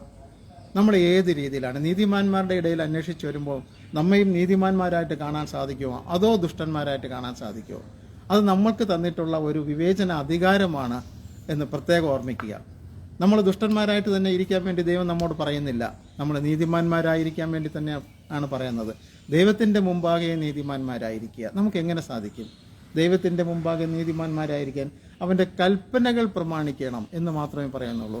അതിനേക്കാളും ഏറ്റവും അവസാനം ആ കൽപ്പനകളെ വളരെ ചുരുക്കമായിട്ട് പറയുമ്പോൾ നിൻ്റെ കൂട്ടുകാരനെ നിന്നെപ്പോലെ തന്നെ സ്നേഹിക്കുക എന്നാണ് പറയുന്നത്. അതിനകത്ത് എല്ലാം അടങ്ങിയിരിക്കുന്നു. സ്നേഹിക്കുക, ആ സ്നേഹത്തിൽ നിന്നാണ്. കാരണം അവിടെയാണ് ദൈവം സ്നേഹമാണ്. ആ സ്നേഹമാണ് ദൈവം നമുക്ക് മറുവിലയായിട്ട് നമുക്ക് തന്നിരിക്കുന്നത്. ആ ക്രൂശിൽ കിടന്നുകൊണ്ട് മരിച്ചപ്പോഴും പിതാവേ കഴിയുമെങ്കിൽ ഈ പാനപാത്രമെങ്കിൽ നിന്ന് എടുത്തു കളയണം എന്ന് അപേക്ഷിക്കുമ്പോഴും എങ്കിലും എൻ്റെ ഇഷ്ടം പോലെയല്ല നിന്റെ ഇഷ്ടം. നിന്റെ ഇഷ്ടം എന്താണ്? ഈ ജനങ്ങളെ സംരക്ഷിക്കുന്നതിന് വേണ്ടി എന്നെ ആക്കി വെച്ചിരിക്കുന്നു. അത് തന്നെയാണ് പൂർത്തീകരിക്കേണ്ടെങ്കിൽ അത് തന്നെ ആകട്ടെ, എനിക്ക് യാതൊരു മടിയില്ല. മാനുഷികമായ രൂപത്തിൽ ചിലപ്പോൾ ഞാൻ ചിലതൊക്കെ ചിന്തിച്ചു പോയി കാണുമെങ്കിലും ദൈവികമായ രൂപത്തിൽ അങ്ങയുടെ ഇഷ്ടം തന്നെ നടക്കണം എന്നുള്ള രൂപത്തിൽ നമുക്ക് വേണ്ടി ക്രൂശിക്കപ്പെട്ട് രക്തം ചിന്തി മരിച്ച് അടക്കപ്പെട്ട് ഉയർത്തെഴുന്നേറ്റത് വീണ്ടെടുക്കാൻ വേണ്ടി തന്നെയാണ്. ദുഷ്ടന്മാരായിട്ട് മരിക്കാനല്ല, നീതിമാന്മാരായിട്ട് മരിക്കുന്നതിന് വേണ്ടിയിട്ടാണ് ക്രിസ്തു നമ്മെക്കുറിച്ച് ആഗ്രഹിക്കുന്നതും ആലോചിക്കുന്നതും. അതിന് വേണ്ടുന്ന വഴികളാണ് നമുക്ക് തുറന്നു തന്നിട്ടുള്ളത്. വിശുദ്ധ ലൂക്കോസ് എഴുതിയ സുവിശേഷം 5-ാം അധ്യായത്തിൻ്റെ 1 മുതൽ 11 വരെ നമുക്ക് ചിന്തിക്കുമ്പോൾ, ലൂക്കോസ് 5:1 മുതൽ 11 വരെ ഗന്നേസര തടാകത്തിൻ്റെ അടുത്ത് വച്ച് ശിഷ്യന്മാരെ കണ്ടെത്തുന്നത്. വിശുദ്ധ ലൂക്കോസ് 5:1 മുതൽ 11 വരെ. അവൻ ഗന്നേസര തടാകത്തിൻ്റെ കരയിൽ നിൽക്കുമ്പോൾ പുരുഷാരം ദൈവവചനം കേൾക്കേണ്ടതിന് അവനെ തിക്കിക്കൊണ്ടിരിക്കയിൽ 2 പടക് കരയ്ക്ക് അടുത്ത് നിൽക്കുന്നത് അവൻ കണ്ടു. അവയിൽ മീൻപിടിക്കാർ ഇറങ്ങി വല കഴുകുകയായിരുന്നു. അവിടെ മീൻപിടുത്തക്കാരുടെ ഒരു പ്രത്യേകതയുണ്ട്, അവരുടെ വല കഴുകി വൃത്തിയാക്കി സൂക്ഷിക്കണം. അപ്പോൾ ഈ മീൻ പിടിക്കാൻ വേണ്ടിയിട്ട് ഇറങ്ങിപ്പോകുമ്പോൾ, ദൈവനാമ മഹത്വത്തിന് വേണ്ടിയിട്ട് നമ്മൾ സുശേഷീകരണത്തിന് പോകുമ്പോൾ വല കഴുകി ശുദ്ധിയാക്കിയിരിക്കണം. നമ്മുടെ കൈവശം ദൈവം തന്നിട്ടുള്ള നെറ്റ്, ദൈവം നമ്മുടെ കയ്യിൽ തന്നിട്ടുള്ള ചില ടൂൾസ് എന്ന് വേണമെങ്കിൽ പറയാം, അത് നമ്മൾ വെടിപ്പായി സൂക്ഷിക്കണം. നമ്മുടെ കയ്യിൽ ഒരുപാട് അനുഗ്രഹങ്ങൾ തന്നിട്ടുണ്ട്, അതിനെ അതേ മഹത്വത്തോടു കൂടി തന്നെ സൂക്ഷിക്കാൻ നമ്മൾ ബാധ്യസ്ഥരാണ്. അവിടെ ഇറങ്ങി വല കഴുകുകയായിരുന്നു. ആ പടകളിൽ ശീമോനുള്ളതായ ഒന്നിൽ അവൻ കയറിയിരുന്നു. കരയിലേക്ക് അല്പം നീക്കണം, കരയിൽ നിന്ന് അല്പം വെള്ളത്തിലേക്ക് നീക്കണമെന്ന് അപേക്ഷിച്ചു. അവിടെയുള്ള ആ ഒരു വാക്ക് വളരെ പ്രത്യേകതയുള്ളതാണ്. ഈ ഒരു മഹാഗുരു ഈ ശിഷ്യന്മാരോട് അപേക്ഷിക്കുന്നു. ക്രിസ്തുവിൻ്റെ താഴ്മ സ്വഭാവം അവിടെ വെളിവാകുന്നു. ഒന്ന് നീക്കാൻ പറഞ്ഞാൽ നീക്കും, അതല്ല ചെയ്തത്, അവരോട് അപേക്ഷിച്ചു ഒന്ന് നീക്കി തരണമേ. ക്രിസ്തീയ ദൗത്യത്തിലെ ഏറ്റവും പ്രധാനപ്പെട്ട ഒരു പ്രക്രിയ കൂടെയാണ് താഴ്മ. താഴ്മയുള്ളവനോട് കരുണ കാണിക്കുന്നു, അവനോട് കടാക്ഷിച്ചിരിക്കുന്നു എന്ന് വേദപുസ്തകം നമ്മെ പഠിപ്പിക്കുന്നു. അപ്പോൾ ക്രിസ്തു ഒന്ന് അപേക്ഷിച്ചു. വളരെ നമുക്ക് ചിന്തനീയമായിട്ടുള്ള ഒരു കാര്യമാണ്. ക്രിസ്തു ആജ്ഞാപിക്കുകയല്ല ചെയ്തത്, ക്രിസ്തു അപേക്ഷിച്ചു.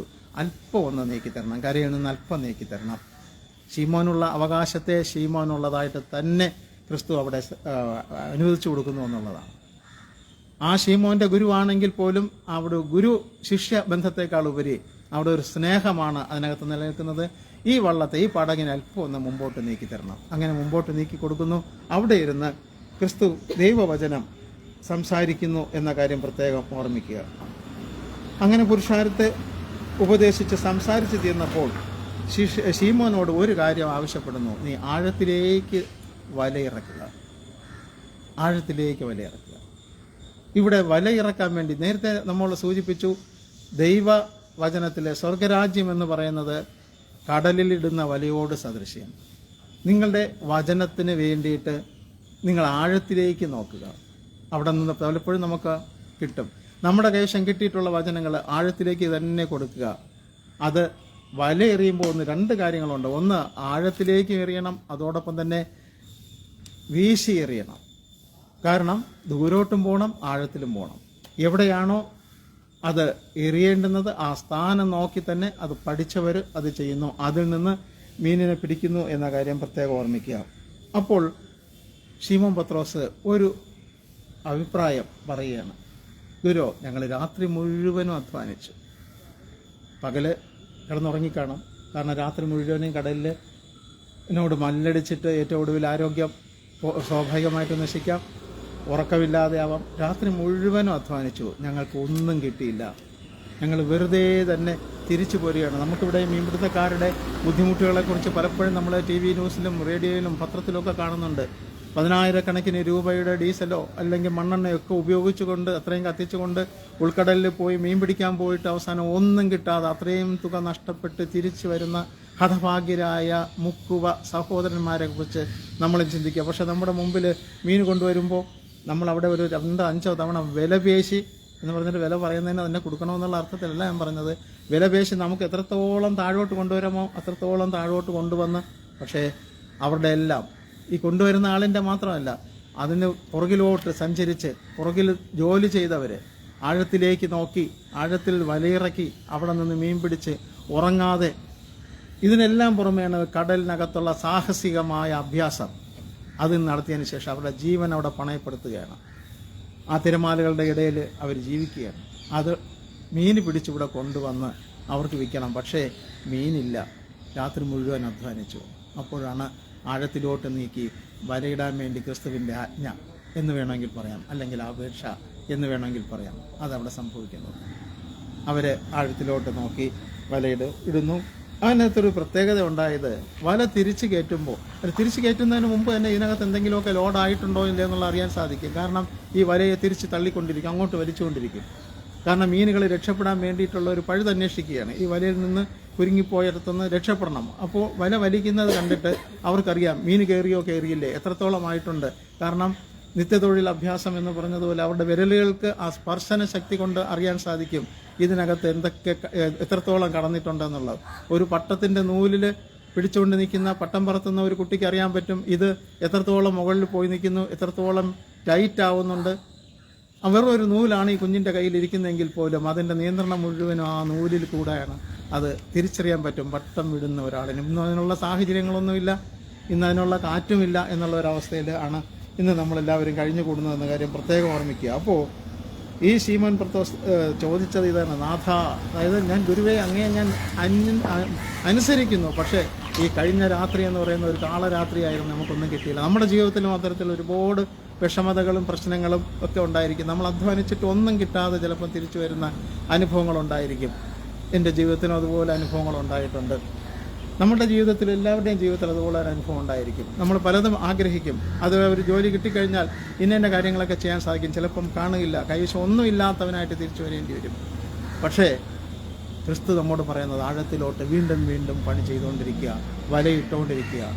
ഈ മീനുകൾ തിരിച്ച് ഇതിനകത്ത് കയറി എന്ന് മനസ്സിലായി കഴിഞ്ഞപ്പോൾ അതിനെ വലിച്ചു കയറ്റുകയാണ്. ഈ വള്ളത്തിലോട്ട് ഈ മീനിനെ ഇനി കൊണ്ടുവരണം. വലിച്ചു കയറ്റാൻ നോക്കിയിട്ട് പറ്റുന്നില്ല. മുക്കുവന്മാരെ കൂടെ വിളിച്ച് അവരെ സഹായത്തോടു കൂടി ഇതിനെ വലിച്ചു കയറ്റുകയാണ് ഈ മീനുകൾ. കാരണം പെരുത്ത മീൻകൂട്ടമാണ്. അതിനെല്ലാം തിരിച്ച് ഇതിനകത്ത് വലിച്ചു കയറ്റാൻ വേണ്ടി പോകുമ്പോൾ വള്ളത്തിലോട്ട് നിറയ്ക്കുകയാണ്. വല കീറിപ്പോകുമോ എന്ന് പോലും സംശയിച്ചു. കൊച്ചു മീനുകളല്ല, വലിയ പെരുത്ത മീൻകൂട്ടം. അപ്പോൾ വള്ളത്തിനകത്ത് വലിച്ചു കയറ്റുന്നതിന് മുമ്പ് ഈ വള്ളത്തിലിരിക്കുന്നവർ ആ മീനിനെ വലിച്ചു കയറ്റുന്ന സാഹസികമായിട്ടുള്ള ഒരു പരിപാടിയുണ്ട്. ഇതിനകത്തൊരു വലയുടെ ഒരു കണ്ണി മുറിഞ്ഞു പോയെന്ന് വിചാരിക്കുക.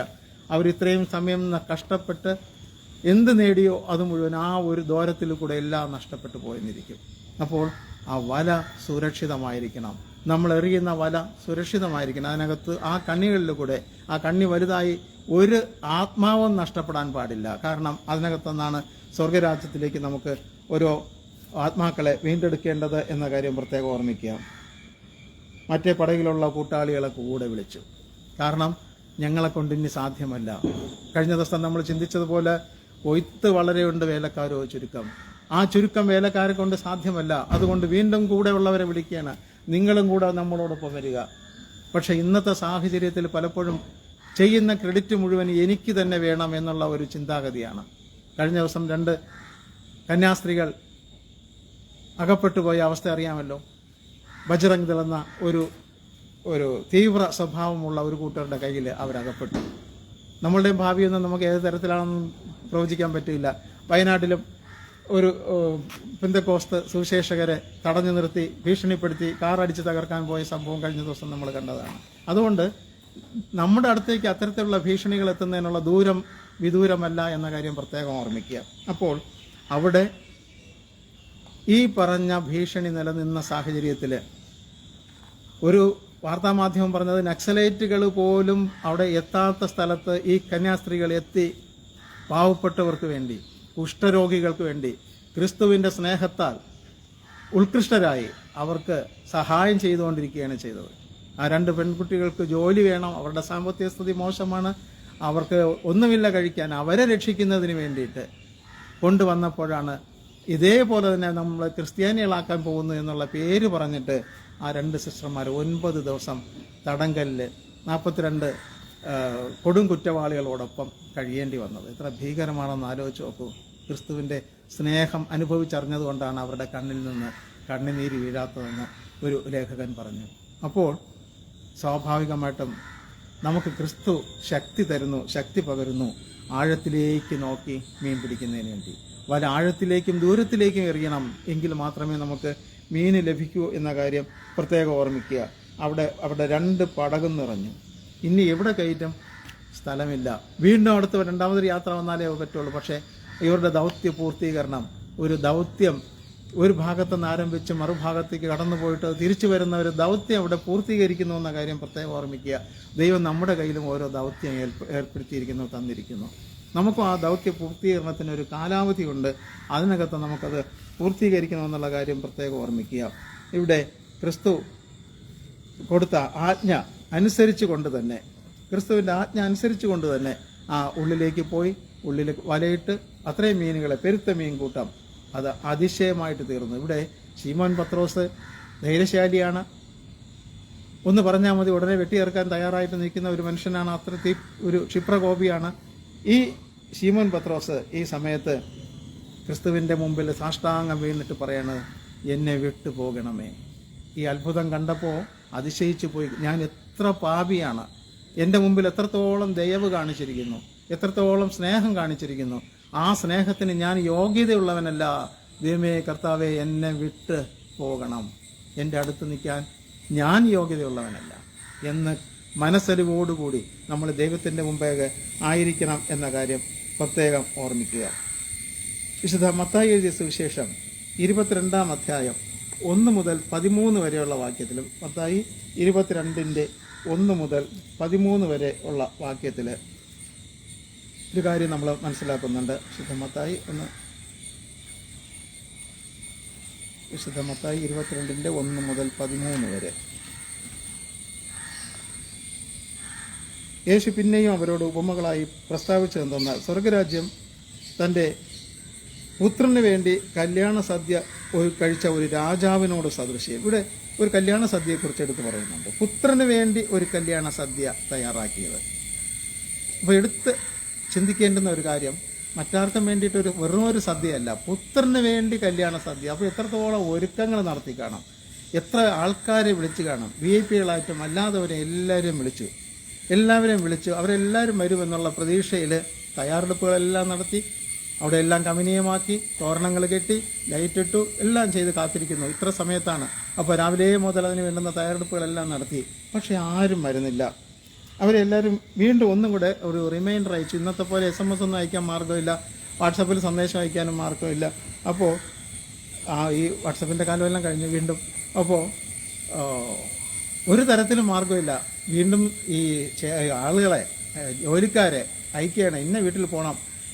ഒരു പക്ഷേ അവർ മറന്നുപോയെങ്കിലോ അവിടെ ഒന്ന് പോയിട്ട് അവരെ വിളിച്ചുകൊണ്ട് വരണം.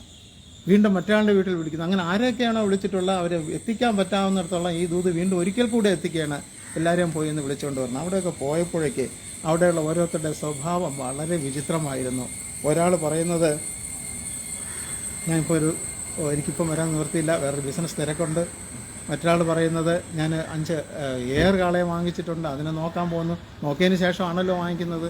പക്ഷേ ഇവിടെ വാങ്ങിച്ചതിന് ശേഷം നോക്കാൻ പോകുന്നു എന്ന് പറയുമ്പോൾ തന്നെ ഒരു ഒഴികഴിവാണ് എന്ന് പ്രത്യേകം ഓർമ്മിക്കുക. ഞങ്ങളുടെ കല്യാണം കഴിഞ്ഞിരിക്കുന്നു, അതുകൊണ്ട് ഇപ്പം വരാൻ സാധ്യതയില്ല. കല്യാണം കഴിഞ്ഞ മോഡിയിൽ സ്വാഭാവികമായിട്ടും വിരുന്നിനൊക്കെ പോകുക എന്ന് പറയുന്നത് വളരെ സന്തോഷമായിട്ട് ഉൾക്കൊള്ളേണ്ടുന്ന ഒരു കാര്യമാണ്. എന്നിട്ട് ഇവിടെ അതും മാറ്റി വേറെ തരത്തിൽ പറയുകയാണ്, കൂട്ടാക്കാതെ ഓരോരുത്തർ തൻ്റെ നിലം നോക്കാൻ പോകുന്നു. അപ്പം ഇങ്ങനെ ഓരോരുത്തരും ഓരോ തരത്തിലുള്ള അഭിപ്രായങ്ങൾ പറഞ്ഞിട്ട് ഈ കല്യാണ സദ്യയ്ക്ക് വരാതിരിക്കാൻ വേണ്ടിയിട്ട് മാറി മാറി അഭിപ്രായം മാറ്റി പറയുകയാണ്. ഇരുമനസ്സുള്ളവരെ ദൈവം വെറുക്കുന്നു എന്ന് വേദോസ്തത്തിൽ നമ്മോട് പഠിപ്പിക്കുന്നുണ്ട്. ഇരുമനസ്സുള്ളവരെ നമ്മളൊരു സ്വീകരണത്തിന് വേണ്ടി, അല്ലെങ്കിൽ നമ്മൾ വിളിച്ചിരിക്കുകയാണ്, പോകാമെന്ന് മനസ്സുകൊണ്ട് ആഗ്രഹിച്ചു എങ്കിൽ കഴിയുന്നിടത്തോളം പോവുക. ദൈവനാമത്തിൽ നമ്മെ വിളിച്ചിട്ടുണ്ടെന്നുണ്ടെങ്കിൽ പോരായ്മകൾ നമ്മുടെ ഭാഗത്തുണ്ടാകാം, വീഴ്ചകളുണ്ടാകാം, ചിലപ്പോൾ ഓടിയെത്താൻ സാധിച്ചില്ലെന്നിരിക്കാം, വേദനകളുണ്ടാവാം, സാമ്പത്തികമായ പ്രതിബന്ധങ്ങളുണ്ടെങ്കിലും നമുക്ക് ദൈവത്തോടൊരു ലിങ്ക് എപ്പോഴും ഏണിയിൽ കയറുകയും ഇറങ്ങുകയും ചെയ്യുന്ന ഒരു ബന്ധം അവിടെ നിലനിർത്തണം എന്നുള്ള കാര്യം പ്രത്യേകം ഓർമ്മിക്കുക. ഇങ്ങനെ ആരും വരാതെ വന്നപ്പോൾ ഉണ്ടാകുന്ന ആ ഒരു പിതാവിൻ്റെ മാനസികമായ വിഷമം ഒന്ന് ആലോചിച്ച് നോക്കൂ. എല്ലാം തയ്യാറായിരിക്കുക, ആരുമില്ല കഴിക്കാനായിട്ട്.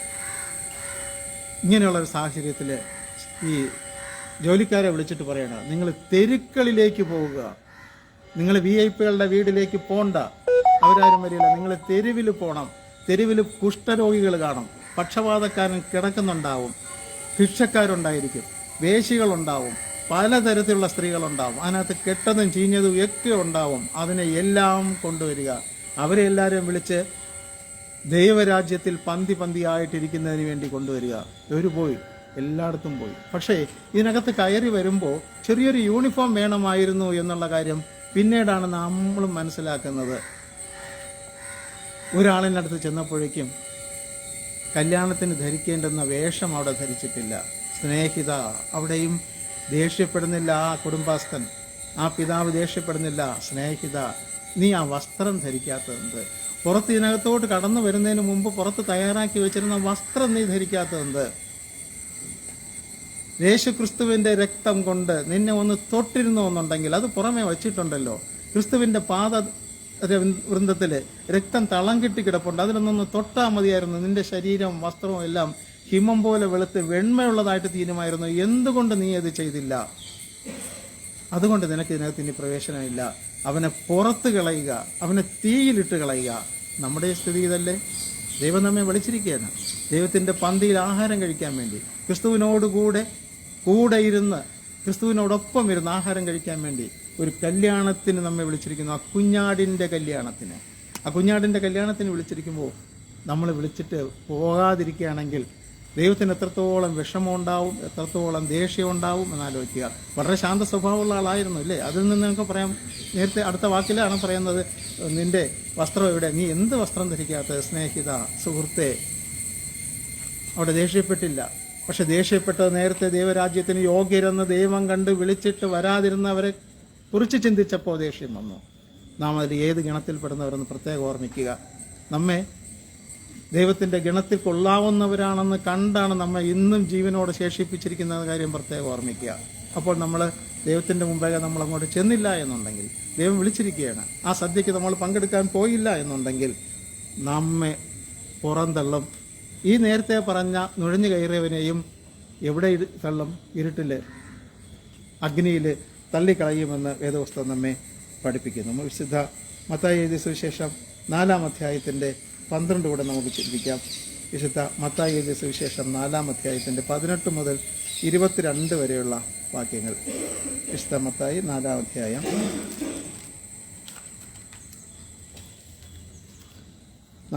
18 മുതൽ 22 വരെ. അവൻ ഗലീല കടൽപ്പുറത്ത് നടക്കുമ്പോൾ പത്രോസ് എന്നു പേരുള്ള ശീമോൻ, അവൻ്റെ സഹോദരനായ അന്ത്രയോസ് എന്നിവരെ മീൻ പിടിക്കാരായ 2 സഹോദരന്മാർ കടലിൽ വല വീശുന്നത് കണ്ടു. അവർ കടലിൽ വീശിക്കൊണ്ടിരിക്കുകയാണ്. അവർ ശീമോനും ഇവിടെ നേതൃത്വം, മീൻ പിടിക്കുന്നതിനുള്ള നേതൃത്വത്തിൽ അവൻ്റെ സഹോദരനെ കൂടെ കൊണ്ടുപോയി അവിടെ മീൻ പിടിക്കുകയാണ്.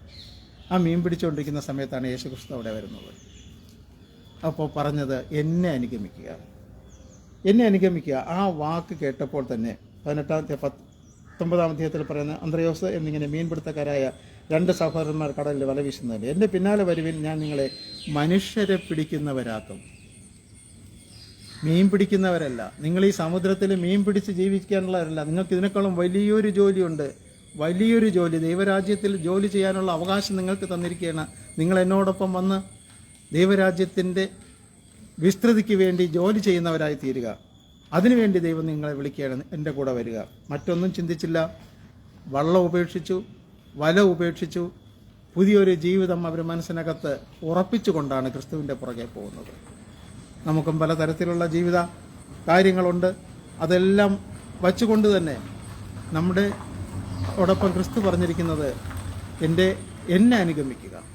അപ്പോൾ അതിനകത്ത് കുറച്ച് ബുദ്ധിമുട്ടുകളുണ്ടെങ്കിൽ എന്നെ അനുഗമിക്കുക എന്നുള്ള ഒരു വാക്ക് നമ്മൾ പ്രത്യേകം ഓർമ്മിക്കുക. വീണ്ടും നടന്നു പോകുന്ന സമയത്ത് അവിടെ നിന്ന് മുമ്പോട്ട് പോയാൽ സെബദിയുടെ മക്കളായ മകൻ യാക്കോബും അവൻ്റെ സഹോദരൻ യോഹന്നാനും വേറെ 2 പേർ അങ്ങനെ പടകിലിരുന്ന് അപ്പനായ സെബദിയോടുകൂടി വല നന്നാക്കുന്നു. അപ്പോൾ ഈ വല നേരത്തെ ഞാൻ സൂചിപ്പിച്ചതുപോലെ വല പലപ്പോഴും എറിഞ്ഞ് മീൻ വന്നു കഴിയുമ്പോൾ ചിലപ്പോൾ കണ്ണികളകന്ന് പോകാം, വല കീറിപ്പോകാം. അടുത്ത് നമുക്ക് മീൻ പിടിക്കണമെന്നുണ്ടെങ്കിൽ ഈ വലകളെ നന്നാക്കണം. ആ കെട്ടുകളെ യോജിപ്പിച്ച് ആ ദൂരം മാറ്റി അതിൽ ശരിയായ രീതിയിൽ ഉദ്ദേശിക്കുന്ന മീനുകളെ കയറ്റത്തക്ക രീതിയിൽ നേരത്തെ പറഞ്ഞതുപോലെ ആ ദൂരം വലുതായി കഴിഞ്ഞാൽ കിട്ടിയ മീൻ മുഴുവനും വന്നതുപോലെ തന്നെ നഷ്ടപ്പെട്ടു പോകും. അപ്പോൾ സെബദിയുടെ കൂടെ ഇരുന്ന് അപ്പൻ്റെ കൂടെ ഇരുന്ന് തൊഴിൽ നന്നായിട്ട് പഠിച്ച് നന്നായിട്ട് ചെയ്തുകൊണ്ടിരിക്കുകയാണ്. പണ്ട് കാലത്ത് പിതാക്കന്മാർ മക്കൾക്ക് തൊഴിൽ പഠിപ്പിച്ചു കൊടുക്കും. അതൊരു കുലത്തൊഴിലായിട്ട് അംഗീകരിക്കപ്പെട്ടിരുന്ന ഒരു കാലഘട്ടമുണ്ട്. ഇന്നും അതുപോലെ തന്നെ നടക്കുന്നു. അങ്ങനെ പഠിച്ചെടുക്കുകയാണെങ്കിൽ ആ തൊഴിലിന് മാഹാത്മ്യം ഉണ്ടാവും, അത് നന്നായിട്ട് പഠിക്കാൻ സാധിക്കും. പക്ഷേ ഇന്ന് പലപ്പോഴും അങ്ങനെയുള്ള തൊഴിലുകൾ പറഞ്ഞു കൊടുക്കാൻ പുതിയ തലമുറയിലുള്ള മാതാപിതാക്കളും തയ്യാറാകുന്നില്ല. മറ്റു വിദ്യാഭ്യാസം ആയിക്കൊള്ളട്ടെ, എങ്കിലും ആ തൊഴിൽ കൂടെ ഒന്ന് പഠിപ്പിച്ചു കൊടുത്തു കഴിഞ്ഞാൽ കാര്യങ്ങൾ അന്യം നിന്ന് പോകാതെ തന്നെ അത് മുമ്പോട്ട് കൊണ്ടുപോകാൻ സാധിക്കും എന്നുള്ളതാണ്. പല ഭാഗങ്ങളിലും നല്ല വൈദ്യന്മാരുണ്ടായിരുന്നു, പക്ഷേ അടുത്ത കാലത്ത് അതെല്ലാം അന്യം നിന്നിട്ട് അടുത്തൊരു തലമുറ ആ മരുന്നുകൾ ഒന്നും അറിഞ്ഞുകൂടാതെ മറ്റെവിടെയെങ്കിലും പോയി വാങ്ങിക്കേണ്ടെന്ന അല്ലെങ്കിൽ അവരോട് യാചിക്കേണ്ടെന്ന ഗതികേട് നമ്മുടെ കൈവശം കിട്ടിയിട്ടുള്ള അവകാശങ്ങളെ നഷ്ടപ്പെടുത്തിയിരിക്കുന്നുവെന്ന് പ്രത്യേകം ഓർമ്മിക്കുക. ഇവിടെ ഈ സെബദി മക്കളായ യാക്കോബ് യോഹന്നാനും ചെയ്തത് 2 കാര്യങ്ങൾ ഉപേക്ഷിച്ചു. ഒന്ന്, അപ്പനെ ഉപേക്ഷിച്ചു, അവരുടെ ഉപജീവന മാർഗം ഉപേക്ഷിച്ചു. അപ്പനെയും വിട്ട് വള്ളവും വലയും എല്ലാം കളഞ്ഞു. ഇനി ഇവിടെ അപ്പൻ്റെ കൂടെ ഞാൻ ഇരിക്കുന്നില്ല, അപ്പൻ്റെ അടുത്ത് സ്നേഹം ഇല്ലാത്തതുകൊണ്ടല്ല പോയത്, പക്ഷേ അതിനേക്കാളും വലിയൊരു ദൈവവിളിയാണ് എന്നെ കാത്തിരിക്കുന്നത്. അതിനേക്കാൾ വലിയൊരു ദൈവവിളി. അപ്പനത് മനസ്സിലാക്കിക്കോളും. അപ്പൻ ഞങ്ങളുടെ പുറകെ വീണ്ടും വന്നോളും. കാരണം ഞങ്ങൾക്കാൽ അറിവുള്ള വ്യക്തിയാണ് ഞങ്ങളുടെ പിതാവ്. അതുകൊണ്ട് ഇപ്പം നിന്ന് സംസാരിച്ച് നിന്ന് അപ്പൻ്റെ അനുവാദം വാങ്ങിച്ചു പോകാനുള്ള സാഹചര്യമല്ല. ക്രിസ്തു എന്നെ വിളിക്കുന്നു, അതുകൊണ്ട് എനിക്ക് ഉടനെ പോകണം. ആ യാത്രയിൽ തടസ്സങ്ങൾ പലതും ഉണ്ടായിരിക്കും, പല ബാധ്യതകളും ഉണ്ടായിരിക്കും. അത് വിട്ടെറിഞ്ഞിട്ട് നമുക്ക് മുമ്പോട്ട് കൊണ്ടുപോകേണ്ടി വരും.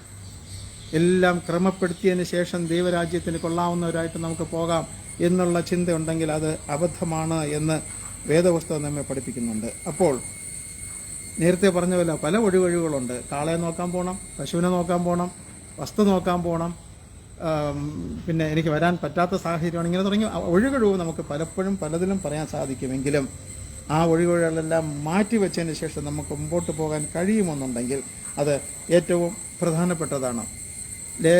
പഴയ നിയമഭാഗത്തിൽ വായിച്ചതുപോലെ എലിയ പ്രവാചകൻ കിരീതോട്ടിനടുത്ത് ഒളിച്ച് താമസിക്കുകയാണ്. കുറേ പച്ചപ്പിൻ്റെ ഇടയിൽ ഒരുമാതിരി ചില പക്ഷികൾ മുട്ടയിടാൻ വേണ്ടിയിട്ട് കൂട് കിട്ടാൻ പോകുന്നത് പോലെ തന്നെ അതിനകത്ത് ഒളിച്ച് പാർക്കുകയാണ്. ദൈവത്തിൻ്റെ ദൂതൻ അവിടെ വന്നിട്ട് ചോദിക്കുകയാണ്, ഏലിയാവേ, നിനക്ക് ഇവിടെ എന്ത് കാര്യമാണ്? നിന്നെ ഇവിടത്തേക്കല്ല ആക്കി വെച്ചിരിക്കുന്നത്. നിന്നെ ദൈവരാജ്യ മഹത്വത്തിന് വേണ്ടിയിട്ട് മറ്റൊരു നാട്ടിലേക്കാണ് നിന്നെ ആക്കി വെച്ചിരിക്കുന്നത്. നീ ഇവിടെ ഒളിച്ചിരിക്കുന്ന എന്തിനാ? ഇത് ഞാൻ രാജ്ഞിയെ പേടിച്ചിരിക്കുകയാണ്. പക്ഷെ ആ രാജ്ഞിയെ പേടിച്ചിരിക്കാനല്ല നിന്നെ വിളിച്ചിരിക്കുന്നത്. വലിയൊരു മഹത്വത്തിന് വേണ്ടിയിട്ടാണ്. നീ സഞ്ചരിച്ചു പോകണം. നിനക്ക് വേണ്ടിയിട്ട് ഞാനൊരു കുറച്ച് ആഹാരം കഴിക്കാനുള്ള സംവിധാനം ചെയ്തിട്ടുണ്ട്. ഒരു വിധവയെ ഏർപ്പാടാക്കിയിട്ടുണ്ട്. ആ വിധവയെ എന്നെ വഴിയിൽ വെച്ച് കണ്ടെത്തും. അവിടെ വെച്ച് നിനക്ക് ആഹാരം കിട്ടും. അപ്പോൾ നടന്നു പോകുന്ന ഏലിയാവ് അവിടെ നിന്ന് രക്ഷപ്പെട്ട, അല്ലെങ്കിൽ പുതിയൊരു ജീവിതം, പുതിയൊരു സ്വപ്നം, അതിൻ്റെ സാക്ഷാത്കാരത്തിന് വേണ്ടിയിട്ട് ഏലിയാവ് മുന്നോട്ട് പോകുന്ന സമയത്ത് വിധവയെ കാണുന്നു. എനിക്ക് ഒരു അട കൂടെ കൊണ്ടുവരണം, അല്പം വെള്ളം വേണം, അതോടൊപ്പം തന്നെ അടയും കൂടെ കൊണ്ടുവരണം. അവിടെയാണ് ആ വിധവ സ്വന്തം ജീവിതാവസ്ഥ വെളിവാക്കുന്നത്. ഞാൻ മരിക്കാൻ പോവുകയാണ്. വീട്ടിൽ മാവുണ്ട്, ഒരല്പം മാവുണ്ട്, അത് വെച്ച് ഒരട ചുട്ടെടുത്ത് ഞാനും എൻ്റെ മകനും അത് കഴിക്കണം. കഴിഞ്ഞ ദിവസം നമ്മൾ ചിന്തിച്ചു, ഹാഗാർ കുഞ്ഞുമായിട്ട് അവിടെ ഇരിക്കുന്ന സമയത്ത് മരിക്കാൻ വേണ്ടി ആഗ്രഹിച്ചു. ഇവിടെ കുറച്ചുകൂടെ പ്രായമുള്ള ഒരു മകനാണുള്ളത്. ഞാനും അവനും അവസാനത്തെ അട, അവസാനത്തെ അത്താണി. ജീവിതത്തിൽ ഇത് മാത്രമേ ഉള്ളൂ ഇനി കഴിക്കാൻ. ഇനി ഇതിനപ്പുറം മുമ്പോട്ട് പോയി ഭിക്ഷയാചിക്കാൻ നിവൃത്തിയില്ല. ഞങ്ങൾക്കുള്ള എല്ലാം നഷ്ടപ്പെട്ടു കഴിഞ്ഞു. ഇനി മരണമാണ് നമ്മുടെ മുമ്പിലുള്ളത് എന്ന് ചിന്തിക്കുന്ന സാഹചര്യത്തിൽ ദൈവം നമ്മോടൊപ്പം വന്നിട്ട്, നീ ചെല്ല്, അവിടെ മാവിരിപ്പുണ്ട് എന്ന് പറയുന്ന വലിയൊരു സ്നേഹം നമ്മുടെ ജീവിതത്തിൽ അതൊക്കെ അനുഭവിച്ചിട്ടില്ലേ? നിങ്ങൾ ഒന്ന് ചിന്തിച്ചു നോക്കൂ. ഇല്ല എന്ന് വിചാരിച്ച് വിഷമിച്ചിരിക്കുന്ന സമയത്തും നമുക്കിനി ഒന്നുമില്ല, നമുക്കിനി എങ്ങോട്ട് പോകാമെന്ന് ചിന്തിച്ചിരിക്കുമ്പോഴും ഏതെങ്കിലും തരത്തിൽ ഏതെങ്കിലും സ്ഥലത്ത് നിന്ന് ഒരു സഹായം, ചെറിയ സഹായമായിരിക്കും, ആ സഹായം വളരെ വിലപ്പെട്ടതാണെന്ന കാര്യം പ്രത്യേകം ഓർമ്മിക്കുക.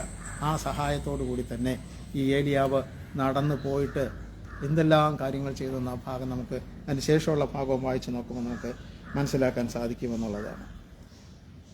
ലേഖനഭാഗത്തിൽ ലേഖനത്തിൽ വായിക്കുന്ന പോലെ ജാതികളുടെ ഇടയിൽ സുവിശേഷം അറിയിക്കാൻ വേണ്ടിയാണ് ഞാൻ വിളിച്ചിരിക്കുന്നത്. ജാതികളുടെ ഇടയിൽ, ദൈവത്തെ അറിയാത്ത ജാതികളുടെ ഇടയിൽ സുവിശേഷം അറിയിക്കാൻ വേണ്ടി ദൈവം വിളിച്ചിരിക്കുന്നു. ആ ജോലി ഞാൻ പൂർത്തീകരിക്കുമെന്ന് ദൈവവചനത്തിലൂടെ തന്നെ നാം പഠിക്കുന്നുണ്ട്. ആ വചനം നമുക്ക് ഒരു പാഠമാകണമെന്ന കാര്യം പ്രത്യേകം ഓർമ്മിക്കുക. ജാതികളോട് സുവിശേഷം പറയാൻ വേണ്ടി തന്നെയാണ് നമ്മെയും വിളിച്ചിരിക്കുന്നത്. ഒരാളിനോട്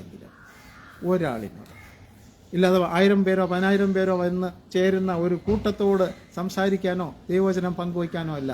അടുത്തിരിക്കുന്ന സ്നേഹിതനോട്, അടുത്തിരിക്കുന്ന കൂട്ടുകാരിയോട് ഒരു വാക്ക് പറയാൻ കഴിയുമെന്നുണ്ടെങ്കിൽ അവിടെയാണ് സുവിശേഷീകരണത്തിൻ്റെ ഏറ്റവും വലിയ മാഹാത്മ്യം എന്ന കാര്യം പ്രത്യേകം ഓർമ്മിക്കുക. ഞാൻ എന്തിനു പറയുന്നു? അതൊക്കെ വേറെ ആരെങ്കിലും പറഞ്ഞോളൂ. അതല്ലെങ്കിൽ അച്ഛൻ പറയും, അല്ലെങ്കിൽ സൺഡേ സ്കൂൾ സാറ് പറയും, അതല്ലെന്നുണ്ടെങ്കിൽ കപ്പിയാർ പറയും, അതല്ലെന്നുണ്ടെങ്കിൽ ഡീക്കൻ പറയും. എല്ലാം അവരിൽ അങ്ങ് നിക്ഷിപ്തമാണ് എന്നുള്ള രീതിയിലായിരിക്കുന്നു. അല്ല, നാം പറയണം. നമ്മെ ഏൽപ്പിച്ചിരിക്കുകയാണ്. അപ്പോൾ സുവിശേഷം പറയാനുള്ള അവകാശം നമുക്ക് തന്നിരിക്കുന്നു.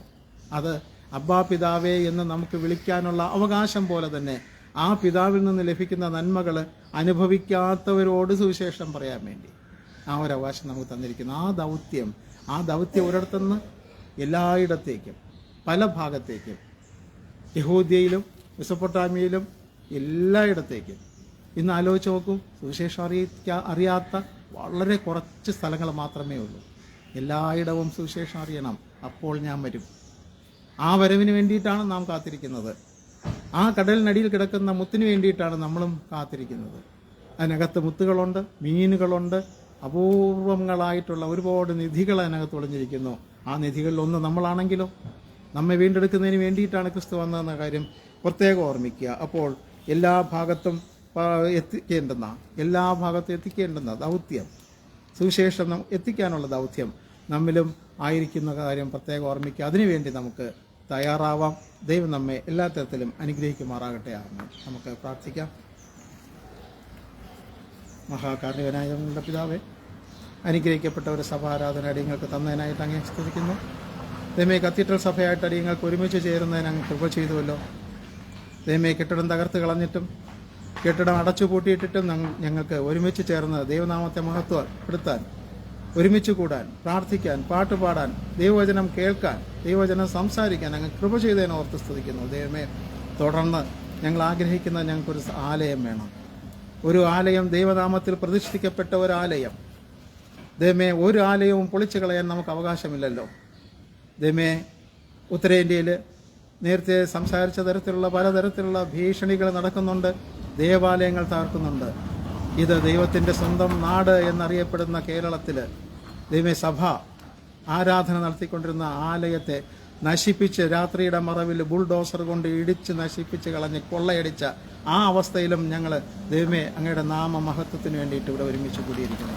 ഞങ്ങൾ ബലഹീനരാണ് കർത്താവേ. ഞങ്ങളൊരു ആലയം ഞങ്ങൾക്ക് വേണ്ടി താൽക്കാലികമായിട്ട് തുറന്നു തന്നുവെങ്കിലും ഇവിടെയുള്ള വലിയ വലിയ വലിയ അധികാരികൾ അവർ ആലയം പോലും തുറന്നു കൊടുക്കരുത് എന്ന് പറഞ്ഞ അടിയങ്ങളെ ആട്ടിപ്പുറത്താക്കിയിരിക്കുന്നു. അടിയങ്ങൾ ബലഹീനരാണ്. ആരോട് എതിർത്ത് നിൽക്കാനുള്ള ശക്തി ഞങ്ങൾക്കില്ല. പക്ഷേ അങ്ങ് തരുന്ന ശക്തി കൊണ്ട് ഞങ്ങൾ എല്ലാത്തിനെയും എതിർത്ത് തോൽപ്പിക്കുമെന്നുള്ള ഒരു വിശ്വാസത്തോടു കൂടി തന്നെ അടിയങ്ങൾ അങ്ങയുടെ മുമ്പേക്കായിരിക്കുന്നു. അടിയങ്ങൾക്ക് ശക്തി തരണം. അടിയങ്ങൾക്ക് എല്ലാവർക്കും ഒരുമിച്ച് ചേർന്ന് പ്രാർത്ഥിക്കാൻ വേണ്ടുന്ന ഒരു ആലയം ഞങ്ങൾക്ക് വേണം. ദൈവമേ, അന്ന് സുവിശേഷകന്മാരും അച്ഛന്മാരും ബിഷപ്പുമാരും കാൻഡൻബറി ആർച്ച് ബിഷപ്പ് ഉൾപ്പെടെ വന്ന് പ്രാർത്ഥിച്ച ഈ മണ്ണിൽ അടിയങ്ങൾക്ക് വേണ്ടി ഒരു കത്തീഡ്രൽ ദേവാലയം പണിയുന്നതിന് അങ്ങ് അനുഗ്രഹിക്കണം. എല്ലാവരുടെയും മനസ്സുകളെ തുറക്കണം. ദൈവമേ, കല്ലായ മനസ്സുകളെ തുറന്ന് ദൈവമേ അങ്ങയുടെ നാമത്തിന് വേണ്ടി സൗരഭ്യവാസന തരുന്ന ഒരു വലിയൊരു ആലയമായിട്ട് തീരുന്നതിന് അങ്ങ് കൃപ ചെയ്യണമേ എന്ന് പ്രാർത്ഥിക്കുന്നു. അടിയങ്ങൾ കേട്ട വചനങ്ങൾ അടിയങ്ങൾക്ക് പ്രയോജനപ്പെടുന്നതിന് അങ്ങ് കൃപ ചെയ്യണമേ. അതൊരു ശാപമായിട്ട് തീരാതെ നന്മയായിട്ട് തീരുന്നതിന് അങ്ങ് കൃപ ചെയ്യണമേ. അടിയങ്ങളുടെ കുറവ് കുറ്റങ്ങളെല്ലാം ക്ഷമിക്കണമേ എന്ന് പ്രാർത്ഥിക്കുന്നു. ദൈവമേ, നാടൊട്ടൊക്കെ നടക്കുന്ന ആരാധനകളിൽ അങ്ങയുടെ സഹായം ഉണ്ടാകണം. ദൈവമേ, നടക്കാൻ പോകുന്ന മഹായിടവ തിരഞ്ഞെടുപ്പിന് വേണ്ടി അടിയങ്ങൾ അങ്ങയെ സ്തുതിക്കുന്നു. ദൈവമേ, ദീർഘകാലമായി അട്ടിമറിക്കപ്പെട്ട് നടന്നിരുന്ന ഒരു ഭരണ സംവിധാനത്തിന് മാറ്റം വരുന്നതിന് വേണ്ടി ഇത് ഇടയാക്കണമേ എന്ന് പ്രാർത്ഥിക്കുന്നു. എല്ലാം ദൈവകൃപയ്ക്ക് വേണ്ടിയിട്ടാകണമേ എന്ന് പ്രാർത്ഥിക്കുന്നു. ദൈവമേ, സഭ മുഖാന്തരം നടത്തുന്ന ഓരോ സ്ഥാപനങ്ങളുണ്ട്, ഓരോ സംരംഭങ്ങളുണ്ട്, എല്ലാം വിജയപ്രദമായി അങ്ങയുടെ നാമമഹത്വത്തിന് വേണ്ടി തന്നെ എല്ലാം പ്രയോജനപ്പെടുന്നതിന് അങ്ങ് കൃപ ചെയ്യണമേ എന്ന് പ്രാർത്ഥിക്കുന്നു. ബലഹീനരായ അടിയങ്ങൾ ഭവനത്തിലേക്ക് പോകുന്നു. യാത്രയിൽ കൂടെ ഇരിക്കണം. അടിയങ്ങളുടെ ഭവനത്തിലുള്ളവരെ എല്ലാവരെയും അനുഗ്രഹിക്കണം. ദൈവമേ, ഓരോരുത്തർക്കും അവരുടെ ആവശ്യങ്ങൾ അങ്ങ് അറിയുന്നവല്ലോ. സാമ്പത്തികമായി ബുദ്ധിമുട്ടുന്നവരുണ്ട്. ദൈവമേ, സാഹചര്യങ്ങൾ അങ്ങ് അറിയുന്നു. അങ്ങ് അനുഗ്രഹിക്കണം. കൃപയാൽ നടത്തണം പരമപിതാവേ. ആമേൻ.